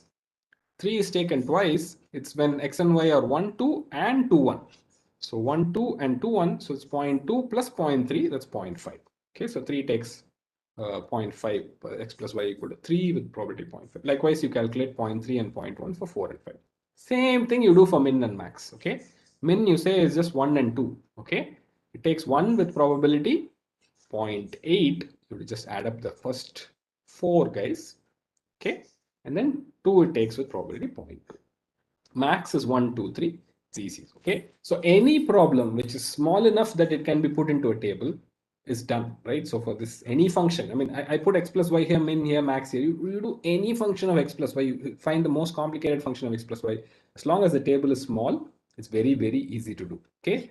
So keep that in mind. The table is very, very simple. Okay. So let's see a slightly bigger problem where maybe you can't do a table. So you need to write and think and do things in your head.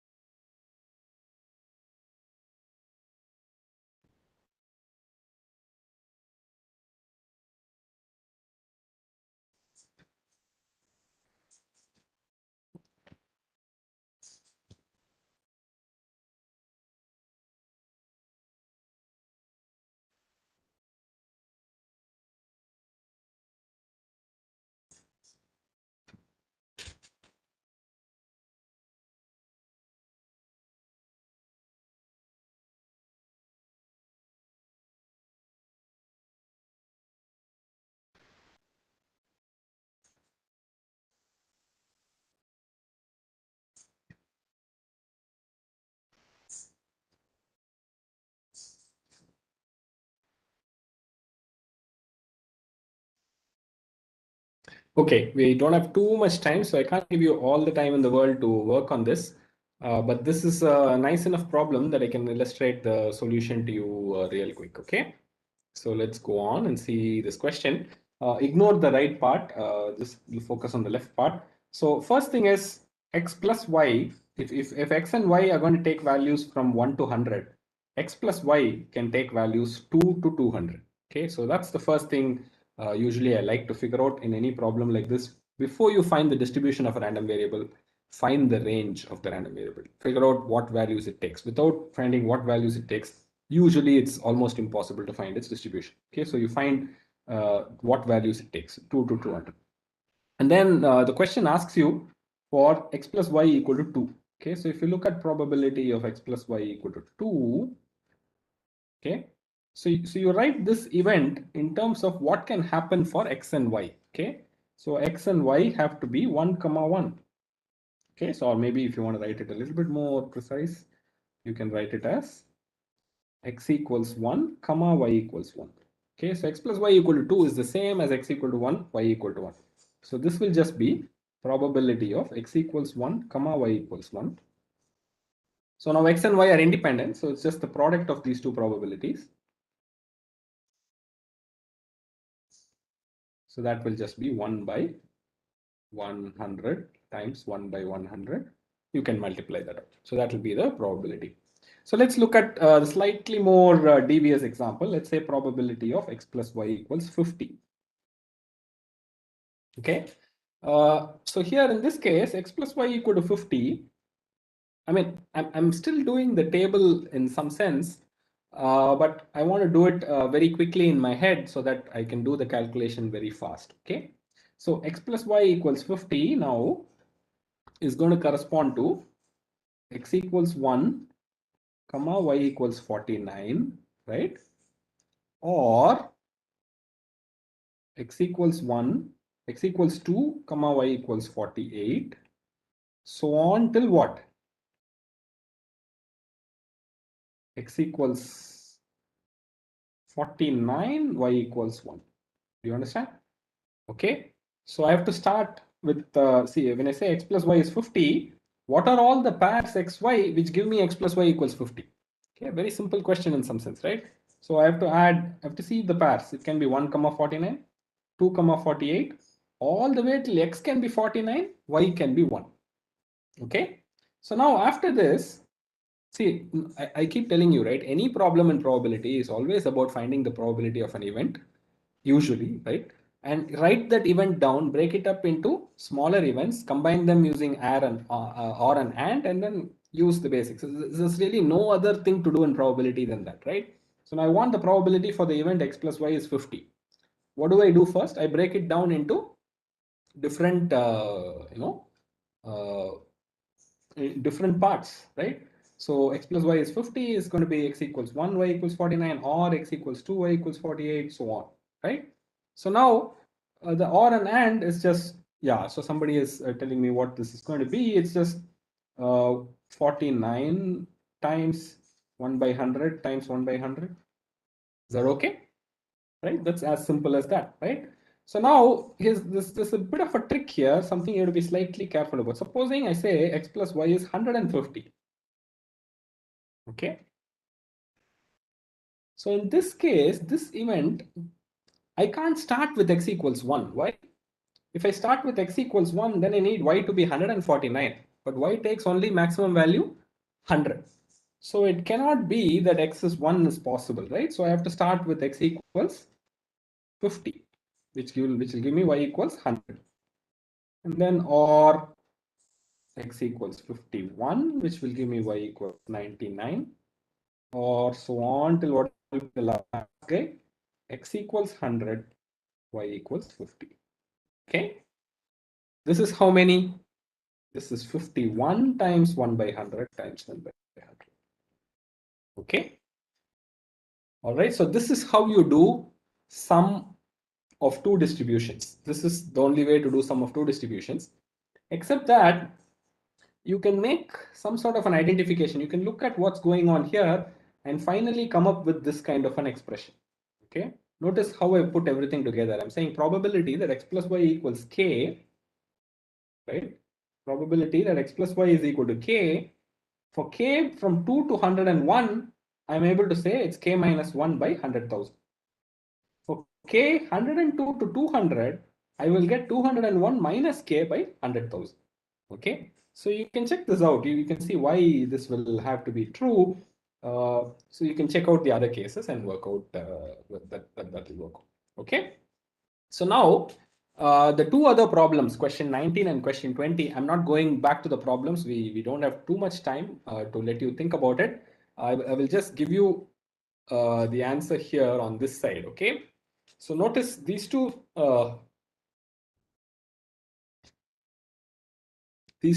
things ask for min of xy, max of xy. Okay, x and y are two same distribution for x and y. For x plus y, you were able to do like this, and then I gave you a fit. Maybe you don't immediately see where this fit came from. Just try out one after the other. You'll see it will be k minus 1 up to 101, and then from 102 to 200, it will be 201 minus k. It will sort of increase and then decrease. Okay, so that's how the picture will be. Sort of a triangular picture you'll get. Okay. Now let's go to max and min. Okay, so I've done something here. So for max and min, uh, the method again is quite simple in that fashion, right? So now what do I want to find? I want to find probability that max equals k. Okay, I want to find this probability. Probability that max equals k. Okay, so I take the event max of x comma y equal to k. And I'm going to break it down into smaller events. Again, like I said, the only non-trivial method in probability is breaking down events into smaller events, combining them with and or, and then using the rules. There is really nothing more. It's just fancy distributions and all that around it. Okay. So max equals k. I want to break it down into smaller events. What is the various possibilities? I've shown the x value on the x-axis, y value on the y-axis. Okay. So I could have x equals 1, y equals k. Then max will be k, right? For any k, that will be true. Or I could have x equals 2 and y equals k. X equals 3, y equals k. It can go all the way up to k. X equals k and y equals k. So all these points can come. After that, what will happen? No other point will give you max equals k. You have to actually come down, right? You have to fix x at k and then keep decreasing y. Y could be k minus 1 all the way down to 2, 1. Okay. So how many such points are there with max equals k? K minus 1 here and then k on them. So it's basically 2k minus 1 by 100,000. That's it. Okay.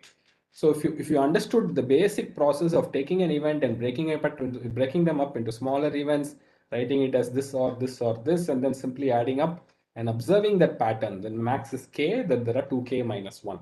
It can be x and y can be 1k, 2k, 3k, all the way up to k comma k, and then k comma k minus 1, k comma k minus 2, all the way to k comma 1. Okay, just add it up, you get that. Okay. Hope was reasonable. The same thing you do for min. Okay, so notice min is just a small different way of viewing it, right? So supposing I say, look at the event min equals k. Minimum of x comma y is equal to k. Then what happens? What are the various possibilities? How will I break it down? So now remember, minimum has to be k, so I can't have anything less than k. So it has to start at k comma k. Once I fix x at k, y can go to k plus 1, can go to k plus 2, so on all the way up to 100. Likewise, if I fix y at k, then x can go to k plus 1, k plus 2, all the way up to 100. It cannot go anything below that. Okay. Okay. So one of the other questions that you can quickly ask is, why should one of these things be equal to k? Why should either x or y be equal to k? Why can't it be lesser than k? Okay, so remember, minimum has to be equal to k. Okay, so one of them has to be equal to k. The other has to be either equal or greater, right? So that's something very important. So the number of different values here you have to count. This guy will be 101 minus k. This is 100 minus k. So you get 201 minus 2k divided by 100,000. Okay, so what is the point here? The point here is very, very simple. The fundamental principle is always the same. You take an event and break it up into smaller events, combine them with and on. There's nothing there. What is mildly complicated? It's the actual computation. Writing it down fully and identifying these patterns. It's k minus 1, it's 201 minus k, it's 2k minus 1, it's 201 minus 2k. That needs a little bit more of practice, and that will change from distribution to distribution. Okay, but if you're patient with that, write it down for small values, for a few values, you'll overall get the idea. Okay, I hope this was clear. So this gave you some experience in doing it. So now I'm going to make it actually simpler. I'll give you another problem where something very similar is being asked, but it is easier to do in my opinion. Okay, so here is the same type of question. There are two random variables, x and y. Now they are again independent, but they are geometric now.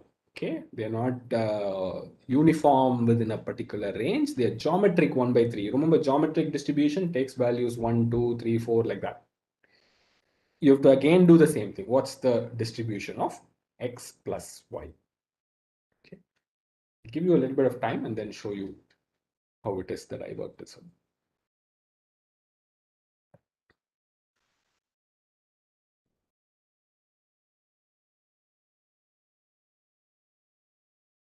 So in case you've gone very fast, you've finished x plus y, you can do min of xy and max of xy. Those are also problems. Okay. For the same situation, x and y are independent and geometric 1 by 3. This is actually much simpler. You'll see. So you see this confusion of maximum being 100 won't come. So it can be any value, right? So in some sense, it's simpler. In some sense, it's slightly more complicated. We'll see. Once again, first step is find the range. Next step is find the probability. How do you find the probability? Take the event, break it down into small events, And then write it down and see if you can identify a simple pattern to get a simple final expression.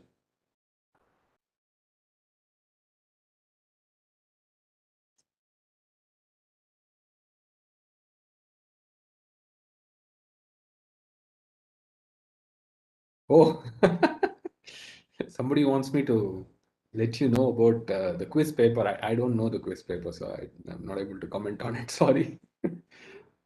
Min and max were done as part of week 3 or 4. When was it done? Was it done as part of week 3? I think week 3 is definitely included. Were min and max done as part of week 3? I thought they were done as week 3. People can comment on it. They didn't. Week 3, yeah.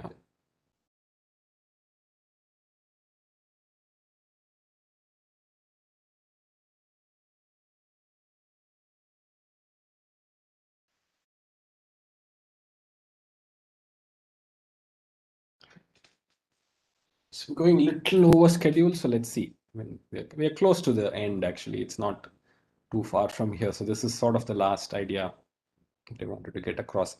So once again, remember, I think the most important thing in probability is events, breaking them down, combining them, how to combine them. So all this distribution, is just a way of specifying the probability for you, right?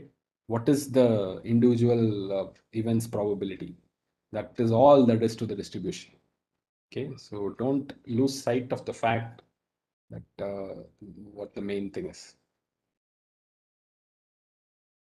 So here also the pattern might be difficult for you to identify, but at least each of these probabilities you may be able to write down. K minus 1 by 6. That looks very unlikely to be the correct answer, right? So first thing to check, another thing to check when you get an expression is it a reasonable expression? Is it going to go negative? Is it going to go positive beyond 1? That's a very important check. Okay.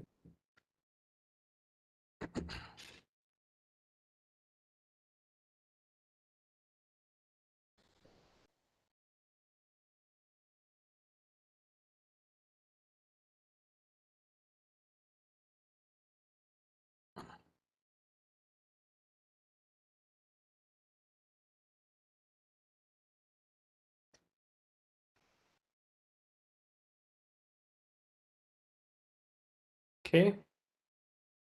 So let's quickly go through. I mean, the next thing, if you're done with this, you can move on to min of xy, max of xy. See if you can do similar things. Just min of xy equals 2, min of xy equals 4, like that. One of those two things. Okay. I'll just wait for 1 more minute and then walk you through the solution that I have real quick.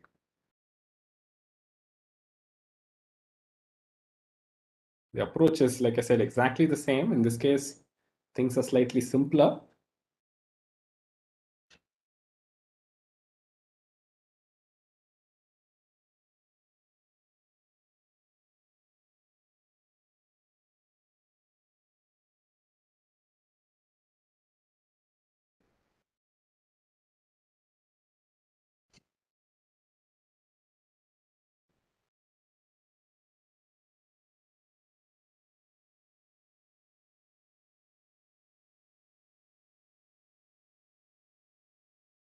Okay, so let's just quickly walk through the solution. P squared 1 minus p per k minus 2. Those are the sort of expressions you'll get. It's very correct. So I've written the answer in terms of geometric p. Okay, so I've not assumed 1 by 3. You can substitute p equals 1 by 3 if you like, but this is the way I was looking at it. So if you look at x plus y here, so let me just do this carefully. So if you look at x plus y here, right? It can take values 2, 3, 4, all the way up to I mean infinity, right? In some sense. So you make a table. Once again, I'm sort of making a table here. Sometimes I like writing on tables like this. It gives you some clarity. So if you look at x plus y equals 2, there are only two possibilities for x and y, 1, 1. If you say x plus y is 3, there are only two possibilities, 1, 2, 2, 1. right? If you do go all the way down to x plus y equals k, you have k minus 1 possibilities. 1 k minus 1, 2 k minus 2, all the way to k minus 1 comma 1. Okay. So probability that x plus y equals k, right? You have to first see it's either x equals 1, y equals k minus 1, or x equals 2, y equals k minus 2, or like that, right? Let's look at the first term. Okay, so maybe I can switch to my thing. So let's look at the first term here, right? So how did I get this first term here? So it's basically this probability that x equals 1 and y equals k minus 1. So this is probability that x equals 1, right? Just p. What is this? This is the probability that y equals k minus 1. So it is just, this guy is just this one. Next, this term is just this guy, 2 comma k minus 2. Likewise, if you keep writing, this is the last term, this guy, right? Probability that x equals k minus 1 and y equals 1. Okay. Now, a nice thing you can observe is every term is always p squared times 1 minus p power k minus 2. P squared times 1 minus p power k minus 2. There's a good reason why that has to happen, right? There has to be two p squares, two successes, and then 1 minus p times k minus 2 failures, right? Because sum became x plus y equals k, right? So x was some value, y was some other value. Together they gave you k. There must have been two successes at the end of k minus 2 failures. Okay. The only thing is this k minus 1. How did I get this k minus 1? Because there are k minus 1 such terms. I added up all these things. So I got k minus 1 times p squared times 1 minus p power k minus 2. Okay. So it's as simple as that. Okay. So like I said, there's no major magic to this. One needs to just write it down very carefully. Okay. So let's move on to max. For max of xy, okay, max again belongs to 1, 2, 3, so on, right? So even in this case, max is just 1, 2, 3, right? X takes values 1, 2, 3. Max also is going to take value 1, 2, 3. So max of xy, if max of xy is going to be equal to k, so if max of xy is going to be equal to k, then x and y will take all these possible values. We've seen this before, right? 1k, 2k, k minus 1k, kk minus 1, kk minus 2, all the way to k comma 1. Okay. So now max of x comma y equals k. You can keep doing this. You may identify a pattern. You may not identify a pattern. You will go all over the place. Okay. So it turns out for max and min in these kind of cases, there can be something slightly smarter. So there is something slightly smarter for max. For that, the trick is to not look for max equal to k. Don't look for max equal to k. Look for max less than or equal to k. Okay.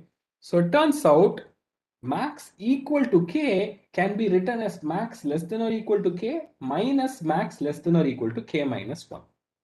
So if you have a simple expression for max less than or equal to k, you can also have a simple expression for max equal to k. Same thing holds for min. Think about it. Min is slightly twisted around, but the same thing will hold for something very similar will hold for min also. So this is the important trick for max. Okay. So the important trick for max is that you don't have to look for max of two random variables equal to k. It's enough if you have a nice expression for max of two random variables being less than or equal to k. Why? Because I can write max equal to k as max less than or equal to k minus probability that max is less than or equal to k minus 1. Okay. So once I have an easy expression for each of these guys, it's just a subtraction. I will get it. Okay. So what I'm going to try and ask you next is to just quickly work out max less than or equal to min less than or equal to, and with that we'll stop this session. So I had something for binomial and all that and something else, but let's just close with this this simple session here. X and Y are independent, geometric 1 by 3. Can you do this? Can you find max less than or equal to something, min less than or equal to something, and then in the general case, max is less than or equal to k, min is less than or equal to k. Can you find these guys? Just work on this for a few minutes. It turns out there will be a very nice intuitive and simple way to calculate these probabilities. And once you calculate these probabilities, you can calculate the PMF for max and min also. I'll give you a few minutes, and with this, we'll close problems.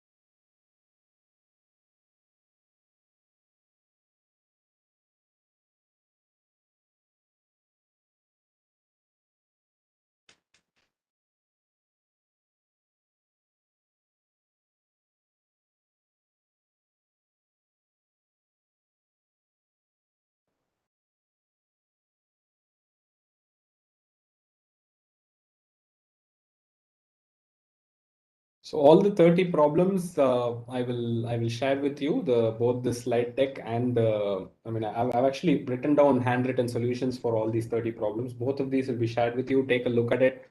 I think this will be very good practice for you for your week 3 content for and get you ready for quiz. But don't forget the activity questions, assignment questions, practice questions.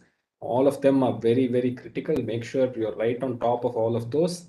If you do all of them, you will have, I think, at last count, you'll have at least like hundreds of problems you would have done, and you'll be really ready for the quiz that's coming up.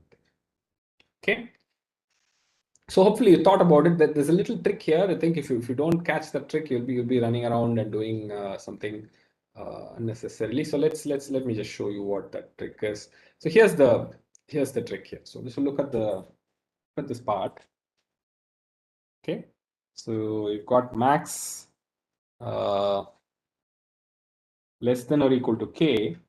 The critical thing to observe is max less than or equal to k is the same as x less than or equal to k and y less than or equal to k. Okay, so this is sort of a subtle thing to notice. People don't immediately latch on to it, but it's sort of clear, right? Because you can go both ways. Okay, both ways, it's the same thing. If maximum of x and y is less than or equal to k, that implies definitely x is less than k and y is less than k. So event that max x comma y is less than or equal to k, if that is true, then x should be less than or equal to k and y should be less than or equal to k. That's also definitely true. Okay. Now you can go the opposite way also. If x is less than or equal to k and y is less than or equal to k, then that implies max is less than or equal to k. Okay. So that's the critical logic here. So once you crack that logic, the problem becomes ridiculously simple. Why? Because once you have this equivalence, probability of max less than or equal to k is nothing but probability of x less than or equal to k. And remember, there is an and here, but x and y are independent. Once you have x and y independent, and is just the product. So it's probability of x is less than or equal to k times probability of y is less than or equal to k. So the independence is also crucial. So the independent random variables, max is easy, becomes easy because max less than or equal to something is x less than or equal to something and y less than or equal to something. Both these are exactly equivalent events. You have to think about this a little bit more and sort of digest. I like to draw a picture, the x and y axis. And if I say x is less than or equal to k, y is less than or equal to k, clearly the max is also less than or equal to k, right? And if max is less than or equal to k, x has to be less than k, y has to be less than k. So that's the way in which sometimes I convince myself. But this is a nice and sleek little logic which will help you a lot. Okay. So max less than k is probability of x less than k, y less than k. So now this x and y less than k for geometric random variables, the CDF is very easy to write down. It's just 1 minus p per k, 1 minus p per k, you're done. Okay. So it's a very nice and simple and elegant expression. For min, there is a very equivalent corresponding method. Okay. So the equivalent corresponding method for min works as follows. Min greater than k. If you say the minimum of two values is greater than k, it's exactly the same as each of those values being greater than k. Okay, it will go the other way now. You can't say less than or equal to. Min of two values is less than or equal to k. You can't say that each of them will be less than or equal to k. That's not necessarily true. Think about why that is so. But this one is something you can say. If min of two values is greater than k, certainly each of the values has to be greater than k. So that's how minimum works. So minimum is the least value. So if that itself is greater than k, then both values better be greater than k. Okay. So once you do this, again you can use the same independence thing. Probability of min greater than k will be probability of x greater than k, y greater than k. You just multiply those two, and min less than or equal to k is simply 1 minus that k. Okay. So this little trickery is used quite often when people deal with max and min. It's a very simple trick in some sense, but difficult to sort of recall and remember very easily if you have to do it. But anyway, so this is something that you can use in your calculations if you like. So in a quiz, these kind of complicated logic and all is not expected from you. But at least you should know. I think it's important after this course to know that max of two independent random variables, min of two independent random variables, one can do efficiently and very easily calculate these things. And these things show up in real life quite a bit. You can see many situations where you have some random model for something and you're taking the maximum of those two or minimum of those two. You're doing that quite often. And it's good to know that knowing the individual distributions, you can find the distribution for max and min also. Okay, so that brings us sort of to the close of this session. I'm going to end the periodic session now. Let me just name this session just once. Two with one. Okay, so I'm going to exit this. Hold on 1 minute. Okay, so I have to stop sharing. It's good. Okay, so I don't know how many people are still sticking around. I've exceeded my time by some 20 minutes. Thanks a lot to everyone who connected. I hope this was useful to you. Like I said, there is a set of 30 problems that I prepared for this session. We didn't have a time to go through all 30 of them, but I will for sure share these 30 problems and the handwritten solution with you. You can go ahead and look at it and ask questions on Discourse. I've not been very regular with Discourse for the past 2-3 weeks. I've been caught up with something else. I didn't have time for this one. I'll be back into Discourse. Hopefully by this weekend, I'll be able to answer most of your questions. Okay. So thank you very much. Have a good night, all of you. Bye-bye.